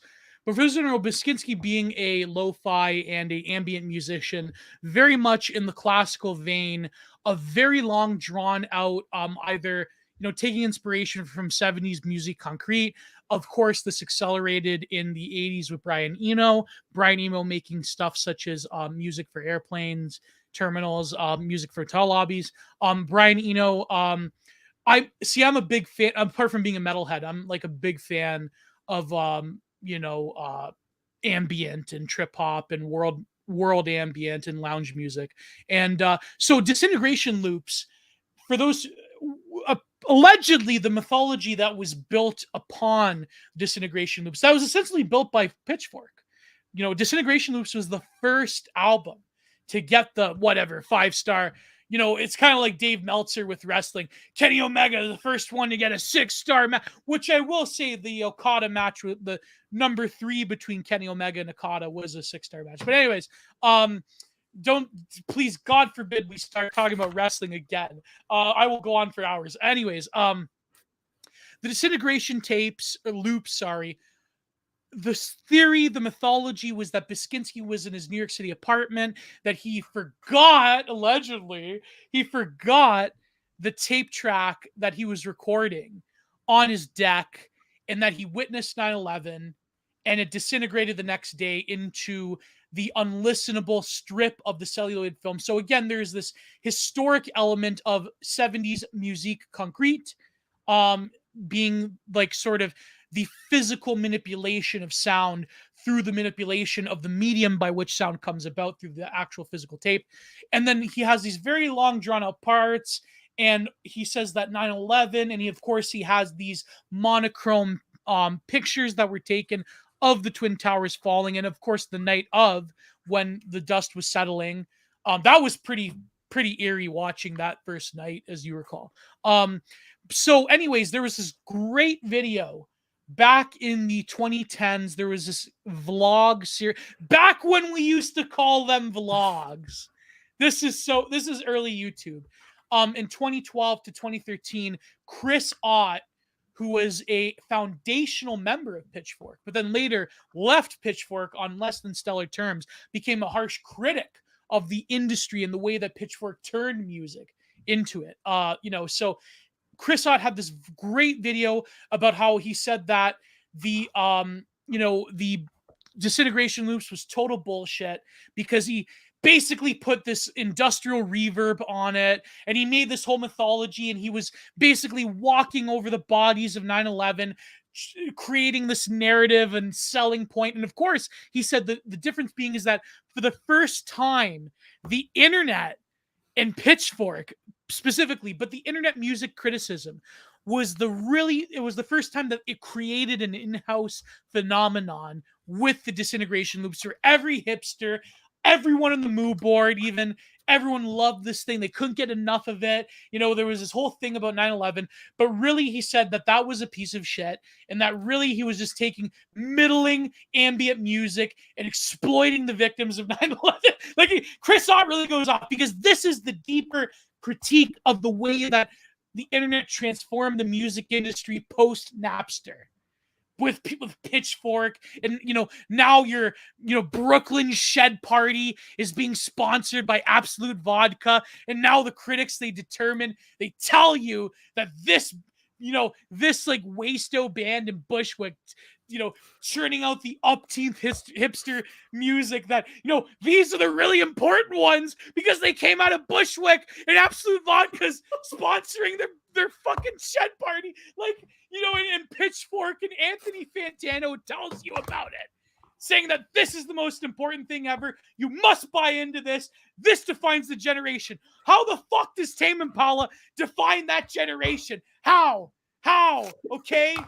Why is it? Why did we, this is why Fash Wave, this is why the E-Right took Little Dark Ages from the clutches of the TikTok hipsters and we made it Fash, okay? There you go. We made it our own. Now when people hear, "No, I'm not the same, Little Dark," when people hear that, they associate that with the fucking teaching torches, okay? Oh man, terrible. But anyways, music. Tell us how you really feel, Gio. Tell us how you really feel. Tell us how you really feel. I think here's the thing, though, is that there's a step in between that I think everyone wants to politely. You know what I love? That the political right and Trump. Sorry, last point. Political right and Trumpism. He's a good friend of mine. We took the god of the hipsters. Okay, we claimed his head. Ariel Pink is one of us. He's our guy. He was the god. He created it all. You want to talk about hipsterdom and music? He created what those people at Pitchfork love. And we got him, ladies and gentlemen. He's us. He's going to appear on this program. Actually, I'm in talks with him right now. Allegedly. I'm not going to say no. Take your time to breathe, Alex Jones. Oh, man. We got him, Bellas. We got him. He's one of us. The bassist man, apart from Dave Mustaine, the bassist man in music today, Ariel Pink, who started it all. Yeah, look at that. Hipster decapitation. Listen. We love our hipsters, folks. We love our hipsters. But, What else would we hijack and corrupt if it weren't for hipsters? Little Dark Ages was an amazing song. But now it's internet fascism took Little Dark Ages. So there you go. We are so fucking back. It's true. We are so back. The frogs took Ariel Pink. We drank their milkshake. Those hipsters. We are the true real. I know it's cliche. I know it's cringe. But, Frog Twitter's the real hipsters, ladies and gentlemen. Get Dave Mustaine. I would give everything to talk to Dave Mustaine. Oh, God. I listened to Ariel Pink 10 years ago, was amazed when he appeared with Gio. Yeah, I know, eh? Oh, my God. Oh, man. Oh, man. I grieve in stereo. What other hipster nostalgia act are we going to claim next? Well, we already have new metal. I mean, the thing is that you have to remember that we skipped the ugly stepchild and we went straight to Fash Wave. Is that we skipped over all? I think everyone can remember the cringe of like 2009 to 2012 dubstep. Everyone. Oh, God. You want to talk about cringing at your childhood or cringing at like things that you were into when you were younger, in your 20s and teens? There you go. And we skipped that. We took straight for the throat and got the good shit. I remember when those like R words at Metal Sucks said that they said the dubstep was going to be like the next metal or whatever. I'm like, get out of here. No, dubstep just was this really weird aberration before we went back to lo-fi and took took it all back. That one Korn album was abominable. I hate to say it. But then Brian Head Walsh came back, so there you go. You know the Korn album, right? The dubstep one? Yeah. Yeah. That didn't play at every party ever in like that wasn't in every urban scene bar in 20. Oh my God, it's kind of like how Gen Xers, it's like everywhere you went in 99 it was like Freak on a Leash by Korn. Now it's like God, oh man. That or Skrillex or Deadmau 5 when that was the thing. Oh, my cousin met Deadmau 5. When every band and their mother did some kind of like dubstep remix of things. Like I remember him did one in like 2011. Like, oh my God. It's just everyone had to do some sort of like B-sides. We're going to take our greatest hits and turn them into these dubstep like abominations. Yeah, Where it was bro just step. Yeah. bro step. Everything had some kind of step, just in the same way that everything's got some kind of core. Yeah. Just Yeah. oh man. Everyone, well, even like in metal, everyone had to have the breakdown. That was like the crab core. Someone said get Moby on. We'll red pill his ass. I mean, Moby is like he's lost, man. Trump like broke his brain. But it's funny because like Moby actually is like a quality musician. Like I remember watching The Beach when I was a kid. But And everyone only remembers Moby, I think, or at least a certain Porcelain. generation of people. Everyone remembers Moby for the ending to the fucking Born Identity movies. Yeah, yeah, yeah. Was it Porcelain or was another song where he did because Porcelain was his big one. There yeah, so then so what else did yeah, him. Oh my god, him. That's before Prudentialist time, him. Oh well, I listened to way. I only listened to a shit ton of him in part. Oh well, I don't mind admitting Did it. you have the I typo listened to a negative lot. phase? No, I listened to a lot of it for a girl. Oh my god. Did you draw the thing too? The heart? No, Oh I'd let man. her do that. But yeah, no, I Yeah. the things you do when you're like 15 and crazy about somebody. Oh man. But Man. yeah, my Something takes a part of me. You and I were meant to oh be. Yeah, god. that's when new metal reached its ascendancy. But anyways, Bam Margera music. Like, listen, Eric. I remember playing Backyard Wrestling 1 and 2. And I'm going to all of interrupt you those there. bands I'm had interrupting you here. I have to interrupt you, Gio, just because. Thank you, I Charlotte. read Twilight. All of Charlemagne exposed. We exposed him. We got him, fellas. We got. But yeah, the Backyard Wrestling 1 and 2, they had these obscure like new metal bands, and they had like a lot of the Bam Margera like Oh, well, that's Charlemagne. You're redeemed. That's all that matters. CKY. I gave her the song. Okay, yeah, Charlemagne. He mission accomplished. Mission accomplished. He's so back. You know, Put the banner on in the background. a salute. Yeah. But I think it kind of comes full circle though about nostalgia and memory, because now nostalgia bait has just been like, Yeah. to again sort of like play off of Mark Fisher's capitalist realism. Like it's just been co-opted by a system to make more money and to keep you on track. Like it to where now every worthy piece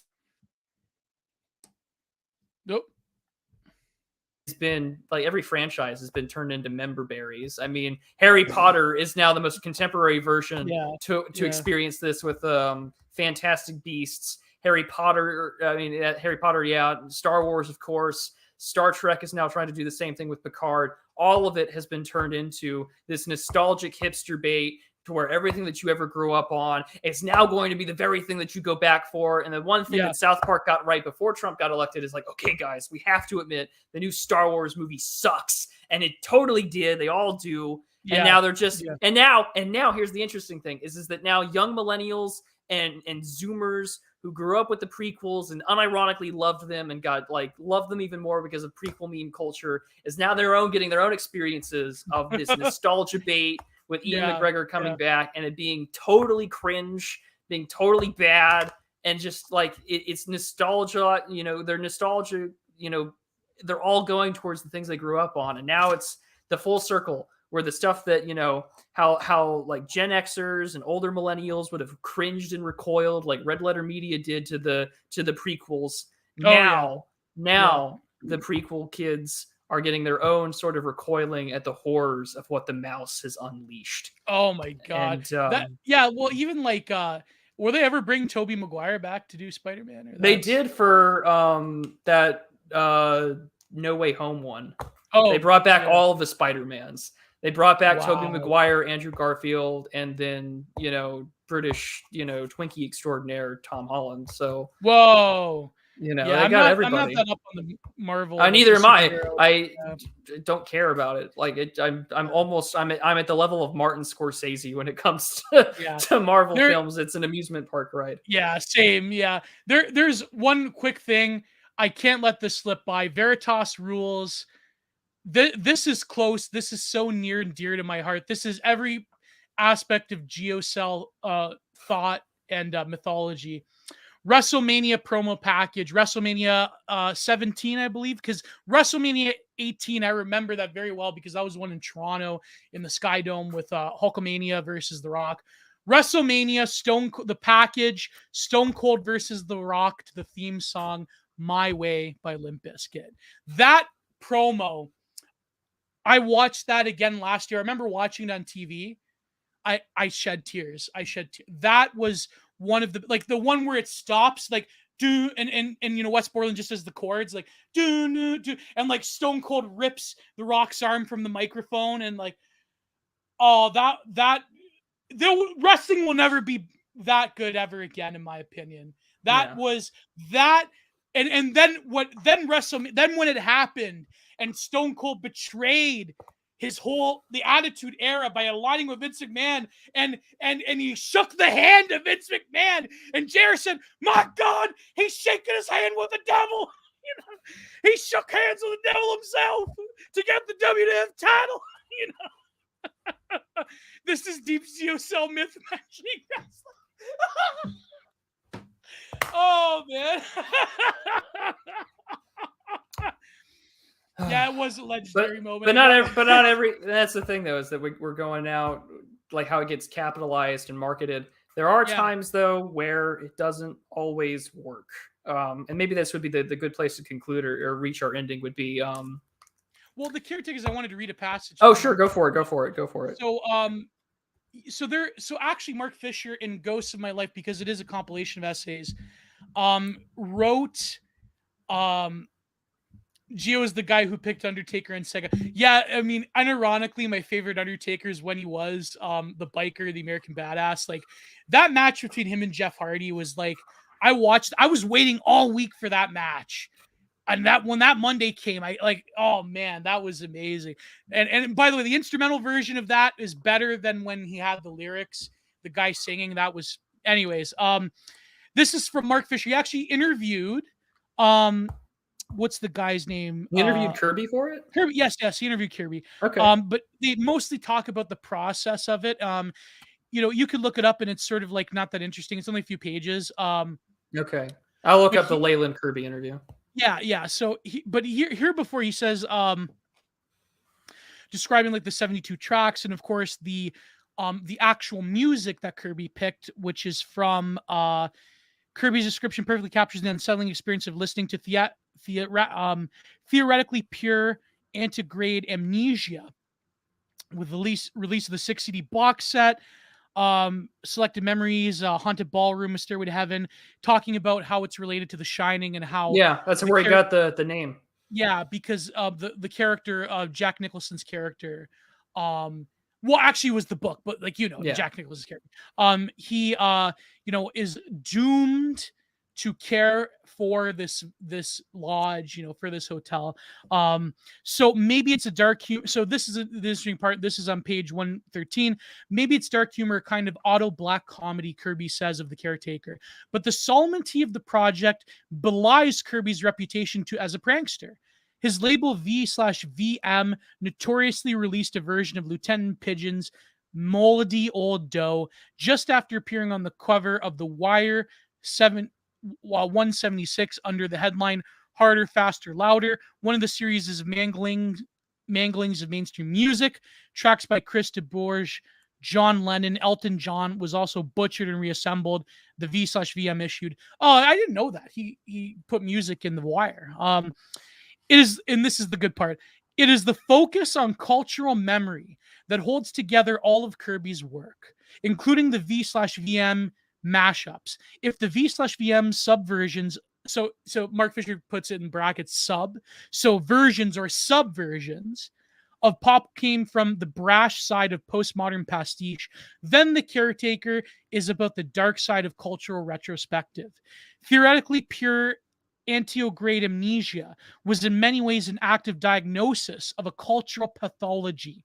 It might seem strange to describe a culture that is so dominated by past forms as being amnesic, but the kind of nostalgia that is now so pervasive may be characterized not as a longing for past so much as an inability to make new memories. Frederick Jameson and postmodernism, culturally capitalism, described one of the impasses of postmodern culture as the inability to, quote, focus on our own present, as though we have become incapable of achieving aesthetic representations of our own age. The sadness in the lyrics to keep telling the story is also special. These songs really are stories in themselves. John Clifford and Hank Harvey's film Carnival of Souls was also a point of reference. The closing scenes in the film could even be audio from A Stairway to the Stars. I only saw the film after people had mentioned it to me. It worked a lot of ways with people would drawing lines to something that I was investigating at the time. So he mentions The Shining and how there was this forgotten period in between the world wars in terms of culture and music that we can't really relate to, that is distant enough to cross into amnesic memory, or the butchering of memory through the machinations of amnesia. And so in a way you can say the nostalgia, or particular nostalgia that we're experiencing, in a way is very much like the disintegration loops, is disintegrated. Is like there's missing parts, there's butcheries, there's physically taping on the tape loop, connecting things that don't really connect with each other. The left and the right both do this, by the way. Ideology does this. The left wing, they have their own nostalgia for, even Mark Fisher presented in his Acid Communism, his sort of like the 80s was a great time in Britain because now we can do all these cultural experiments, man. But then people, his friend Adam Curtis is like, no, the 80s was brutal. The 80s was like Thatcherite, hypernormalization that, even the Soviets went through it. It's like we went through it as well. It's like, so you have this like negative picture of Adam Curtis as opposed to this nostalgic field, playground of potentialities that Mark Fisher writes about. But of course, who is the one that anti-heroes? It's Mark Fisher, right? So, and so in a way you can say that by the time Mark Fisher approaches the end of his life through that conscious decision, you could say that, with essays. And by the way, I know a very particular person who, only interacted with Mark Fisher a few times, who tries to control his legacy. I'm not going to name names because frankly, he's beneath you and me. Who, by the way, threw my friend Nina Power under the bus, but that's revealing too much.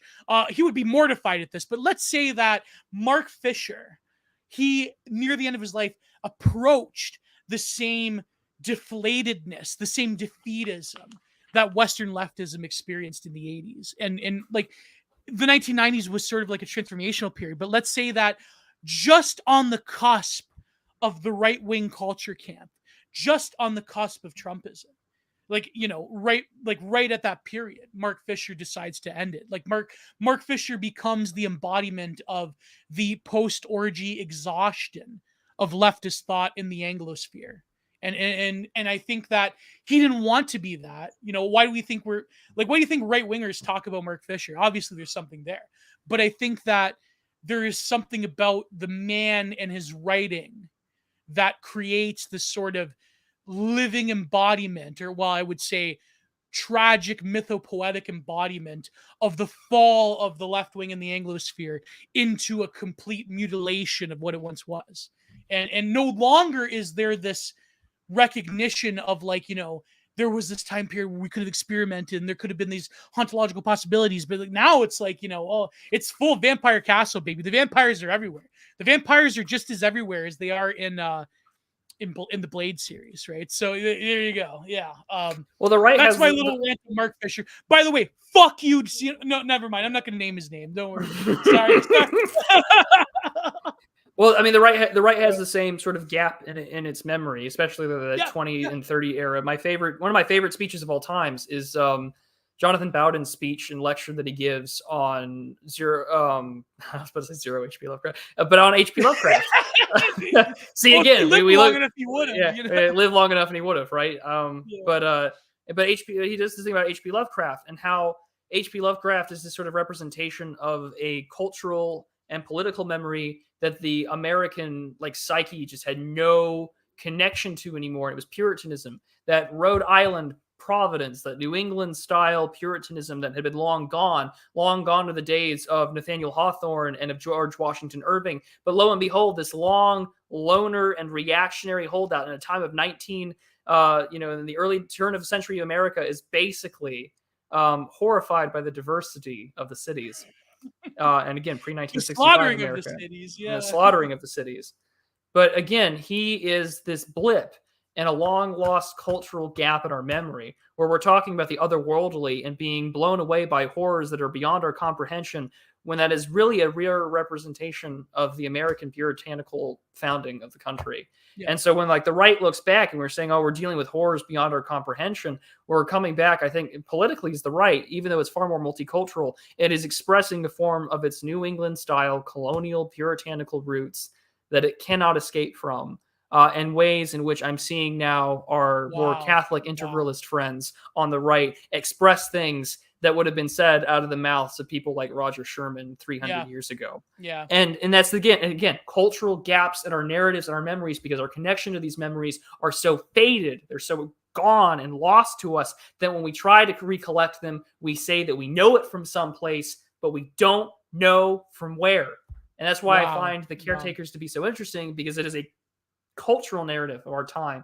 We are experiencing a loss of our memories, and the things that we hear in those albums and their fan projects over and over and over again are us trying to pull back behind the parental curtain, the cultural memory of a people and a country that cannot remember a time of what tradition used to be, to where nowadays the political right is rehashing the same things over and over again, where the debates about the old right are happening once more that Rothbard described in a strategy for the right, in the same way that the Zoomers who are getting political are rediscovering things like Mark Fisher or rediscovering people like Pat Buchanan, because our cultural memory can't recall a time prior. And when we try to recall a time prior, we are looking through, and I think this is something that a lot of like trad posters on the internet fall for over and over and over again. Is that we fall for the simulacra of what Madison Avenue created for the 1950s and 60s America, and not what it actually was.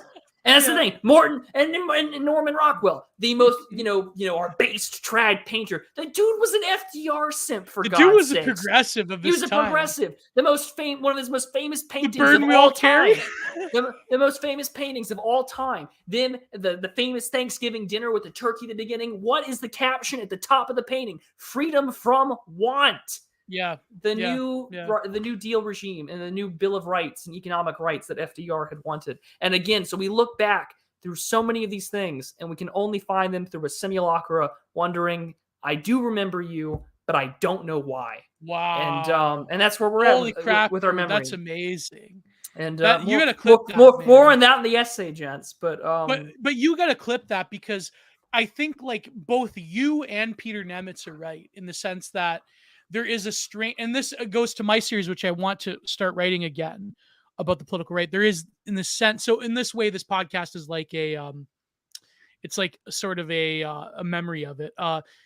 In one sense, the political right of the puritanical era, right up until Reconstruction in America, that is an expression, but now it's a Catholic Orthodox rather than Protestant expression.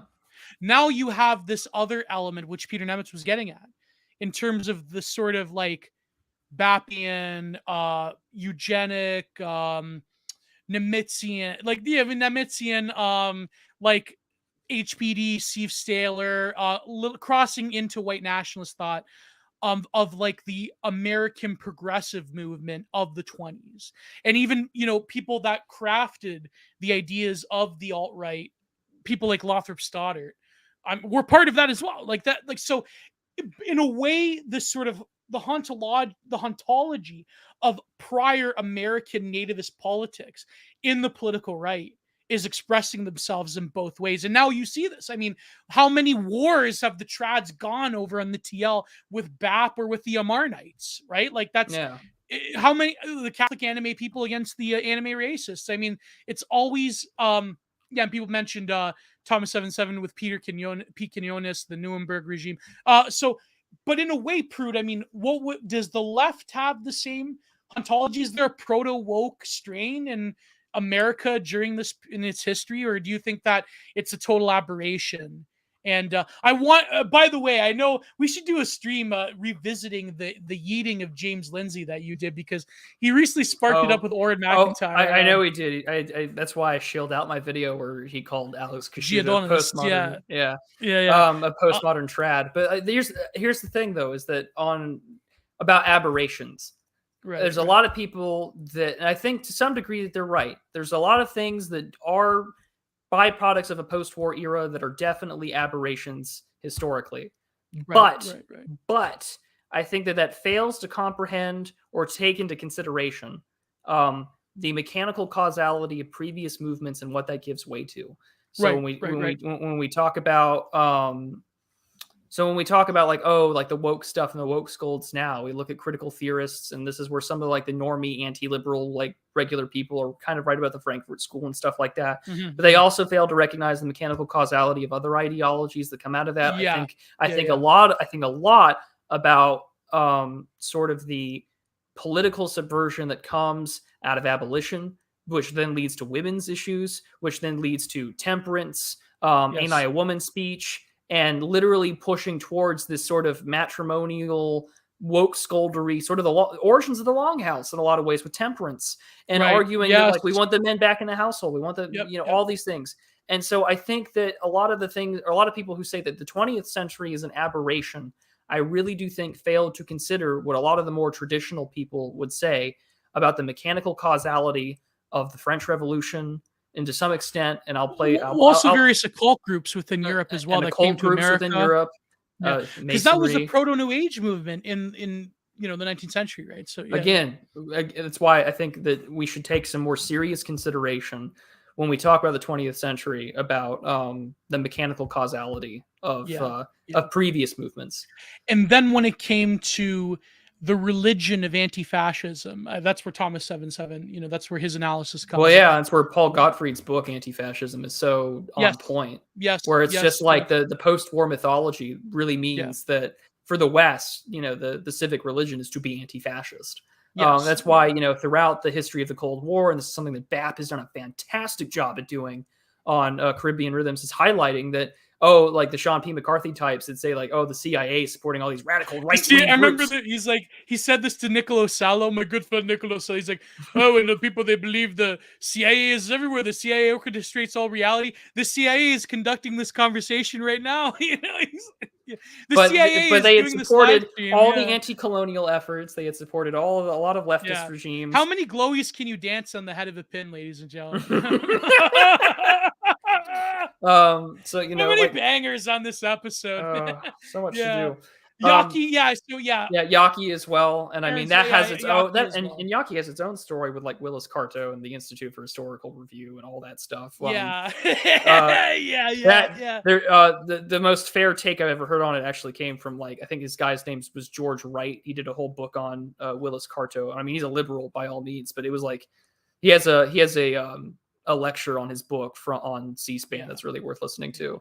But maybe again, more stuff for another time, right? Just turn off your lights and see who glows. Robert Patter, you're absolutely right. But we're at the 2.5 hour mark, so whoa. I know we've been nonstop today. It's been really good, and we've anything else that we didn't cover. Man. I could talk about WrestleMania again. Oh boy, we should have. What you should do, Gio, is that you should send me just like maybe like a playlist or like of all of like the history and the greats, because that was something I definitely missed out on. Yeah, I wanted to actually do an episode where like none of this, but like maybe like a one-off video of my favorite death matches. But then I'm like, how am I gonna get past the YouTube monetization in that one? Like there's a few of them I think are iconic and vital. That like from the early days of like the first like deathmatch tournament in IWA Japan. That's where Mick Foley becomes really famous. Yeah. Right up until I would say Tournament of Death 1 and 2 in CZW. I can't think of like a more modern like the early 2000s really was the sort of like renaissance, and it's like what Game Changer Wrestling is doing now is sort of like this weird like postmodern LARPing of what CZW once was. So I mean, of course they have validity because Nick Gage is part of their roster. He's one of the only originals left wrestling from that era. But yeah, I mean, I love how I fucking talk about this like it's some like scholarly pursuit. Like, well, yes, Nick Gage. I mean, how many people have written now about pro wrestling and just the history of it? It is there's so much to and Canadian Academic American. Agent, he floored me with some of his comparisons when we did our stream. Like, it's funny. You know what you'd love if you listened to it? near the end, we talk about the what happened to Nikolai Volkov in the 90s, who was like the evil Russian character. He teamed up with Iron Sheik, who was the evil Iranian. He Yeah. had this thing where he went back to his roots in the blue yellow country, and he sold the Russian Federation out to be a part of the Americans with like Sergeant Slaughter. But he's like, I'm no longer Russian, I'm blue yellow. And I'm like, literally the WWF, well, WWF at the time, literally Vince McMahon did in the 1990s in wrestling format a John Mersheimer lecture. Like literally, he did the lecture. For you guys, for you guys want to do the if you missed this, this is on Academic Agents channel, Geo and Cigar AA. Stream, the kayfabe and politics one. There you go. Yeah. But Geo, is there anything that you'd like to shill? I think I'm going to do the Saturday, layback Saturday. I'm going to be reviewing the book, probably the New Nomads, which is a industry book by Phillips. Talks about technology and clothing, but it's got a lot of like really nice Y2K aesthetic. Go to my Patreon. I had to release it late because I had a very busy day yesterday and Wednesday. I basically I shouldn't spoil it, but I essentially spent the whole day talking to Gifts Ungiven, and she's such an amazing, great person and thinker, and so she's going to be on Content Minded. But yesterday I released the Nina Power episode. Go and watch it. We talk about her new book, What Do Men Want? We talk about so many different things.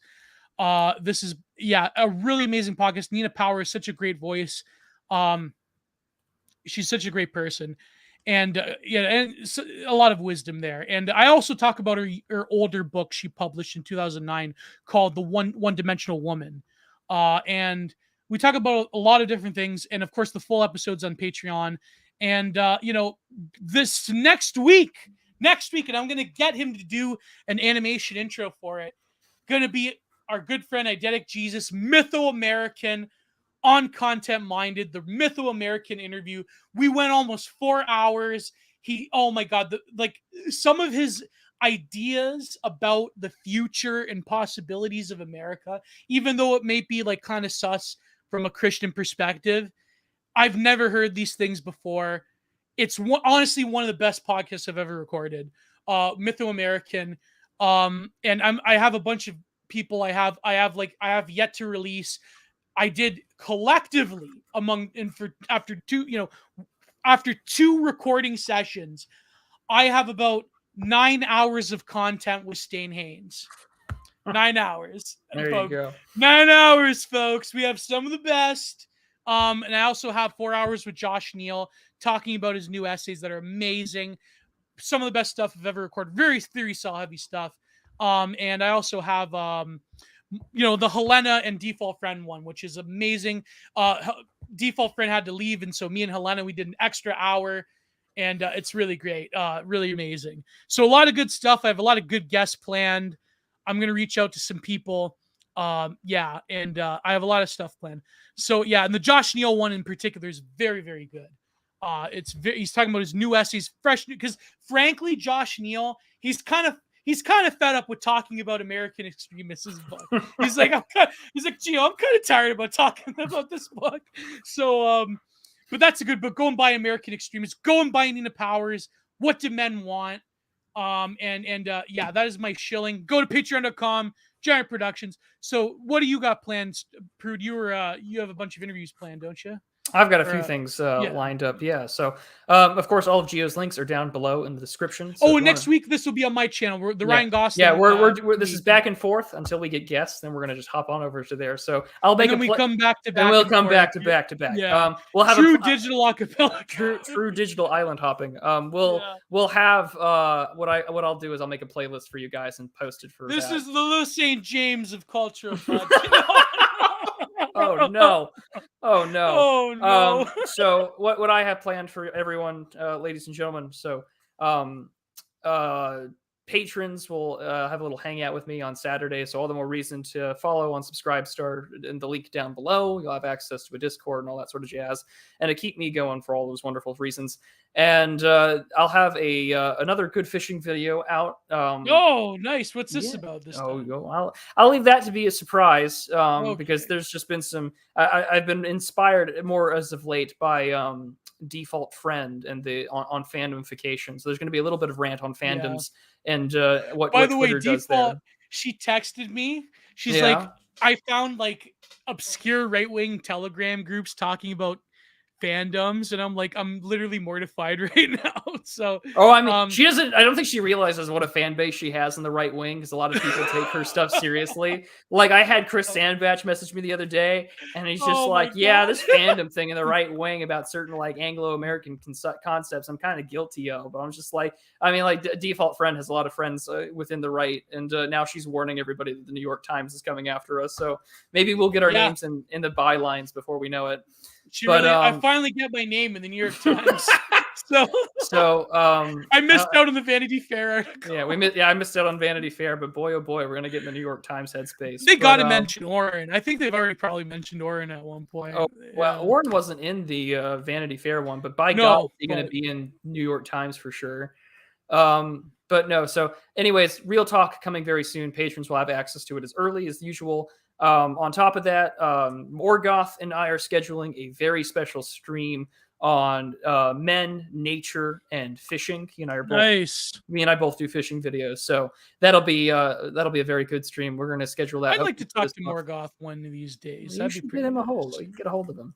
On top of that, Yeah. by the end of July, I'm aiming for a release on the either the 29th or 31st, depending on when I finally get all the recording finished. It's going to be a gentle introduction video to the life and works of Garrett Garrett. I'm going to focus specifically on the Revolution Was and the People's Pottage to give people a glimpse, that cultural memory of the writings of the old right back in the 1930s and 40s, back before the destruction of the old right with the National Review.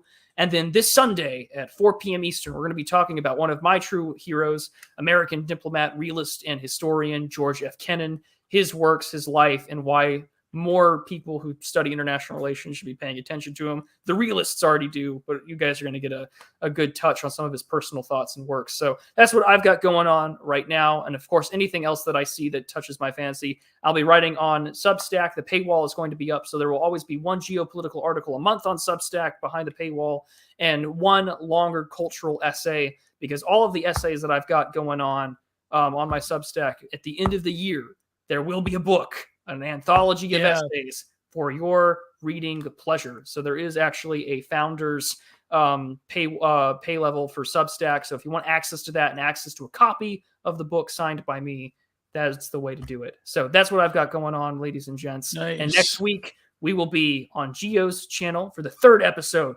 He's literally me stream talking about Ryan Gosling and all that great stuff that's coming. So stay tuned and be sure to follow us both. I didn't know Kennan. Below. Oh man, I didn't know Kennan he was the architect of containment policy. Well, yeah, he wrote the Long Telegram, and basically Dean Atkinson and Truman forced his ass out. So refresh my memory. Containment policy was basically that you should treat the Soviet Union as, well, I mean, hostile, but like, oh man, all the more reason to tune in on Sunday, Gio. Yeah, okay. Because I know they kind of welched on it with Vietnam, but like they kind of did with the domino effect. But by the way, for those who know, the domino thing was a pile of crap. I mean, the thing is, like, the Viets, they hated the Chinese even more than they hated the Americans. Yeah, they fought a war over it in '79. But more to come, ladies and gents. So by all means, if you have the chance and opportunity, follow Gio on Twitter, YouTube, follow his Patreon, support me on Subscribestar, and follow Prudence on Patreon. Oh, sorry, Subscribestar. Yeah, and Substack. He's got to boost up the Twitter numbers. Actually, we're so close to 10K, gents. We're so close. So close. Go to Prudentialist at Mr. Prudentialist on Twitter. All the updates. You want all the frog memes. They're all there. The American, the one is like, the best tweet was recently was this is the last day that a lot of people are going to have their thumbs in America. I said this will be the last day on July 4th, the last day that someone has all 10 fingers, and everyone Yeah, 10 thought fingers. Yeah. everyone thought that I was gonna go like off somebody or whack someone like it's the Sopranos or something. I'm like, no, it's 4th Oh of July. man. People are gonna blow their hands off fireworks, but everyone thought I Oh was like man. going out to be, like Ryan Gosling and Drive. But anyways, ladies and Yeah. gents, thank you so much for tuning in. We'll see you all next God week. bless. Stay Goodbye. prudent.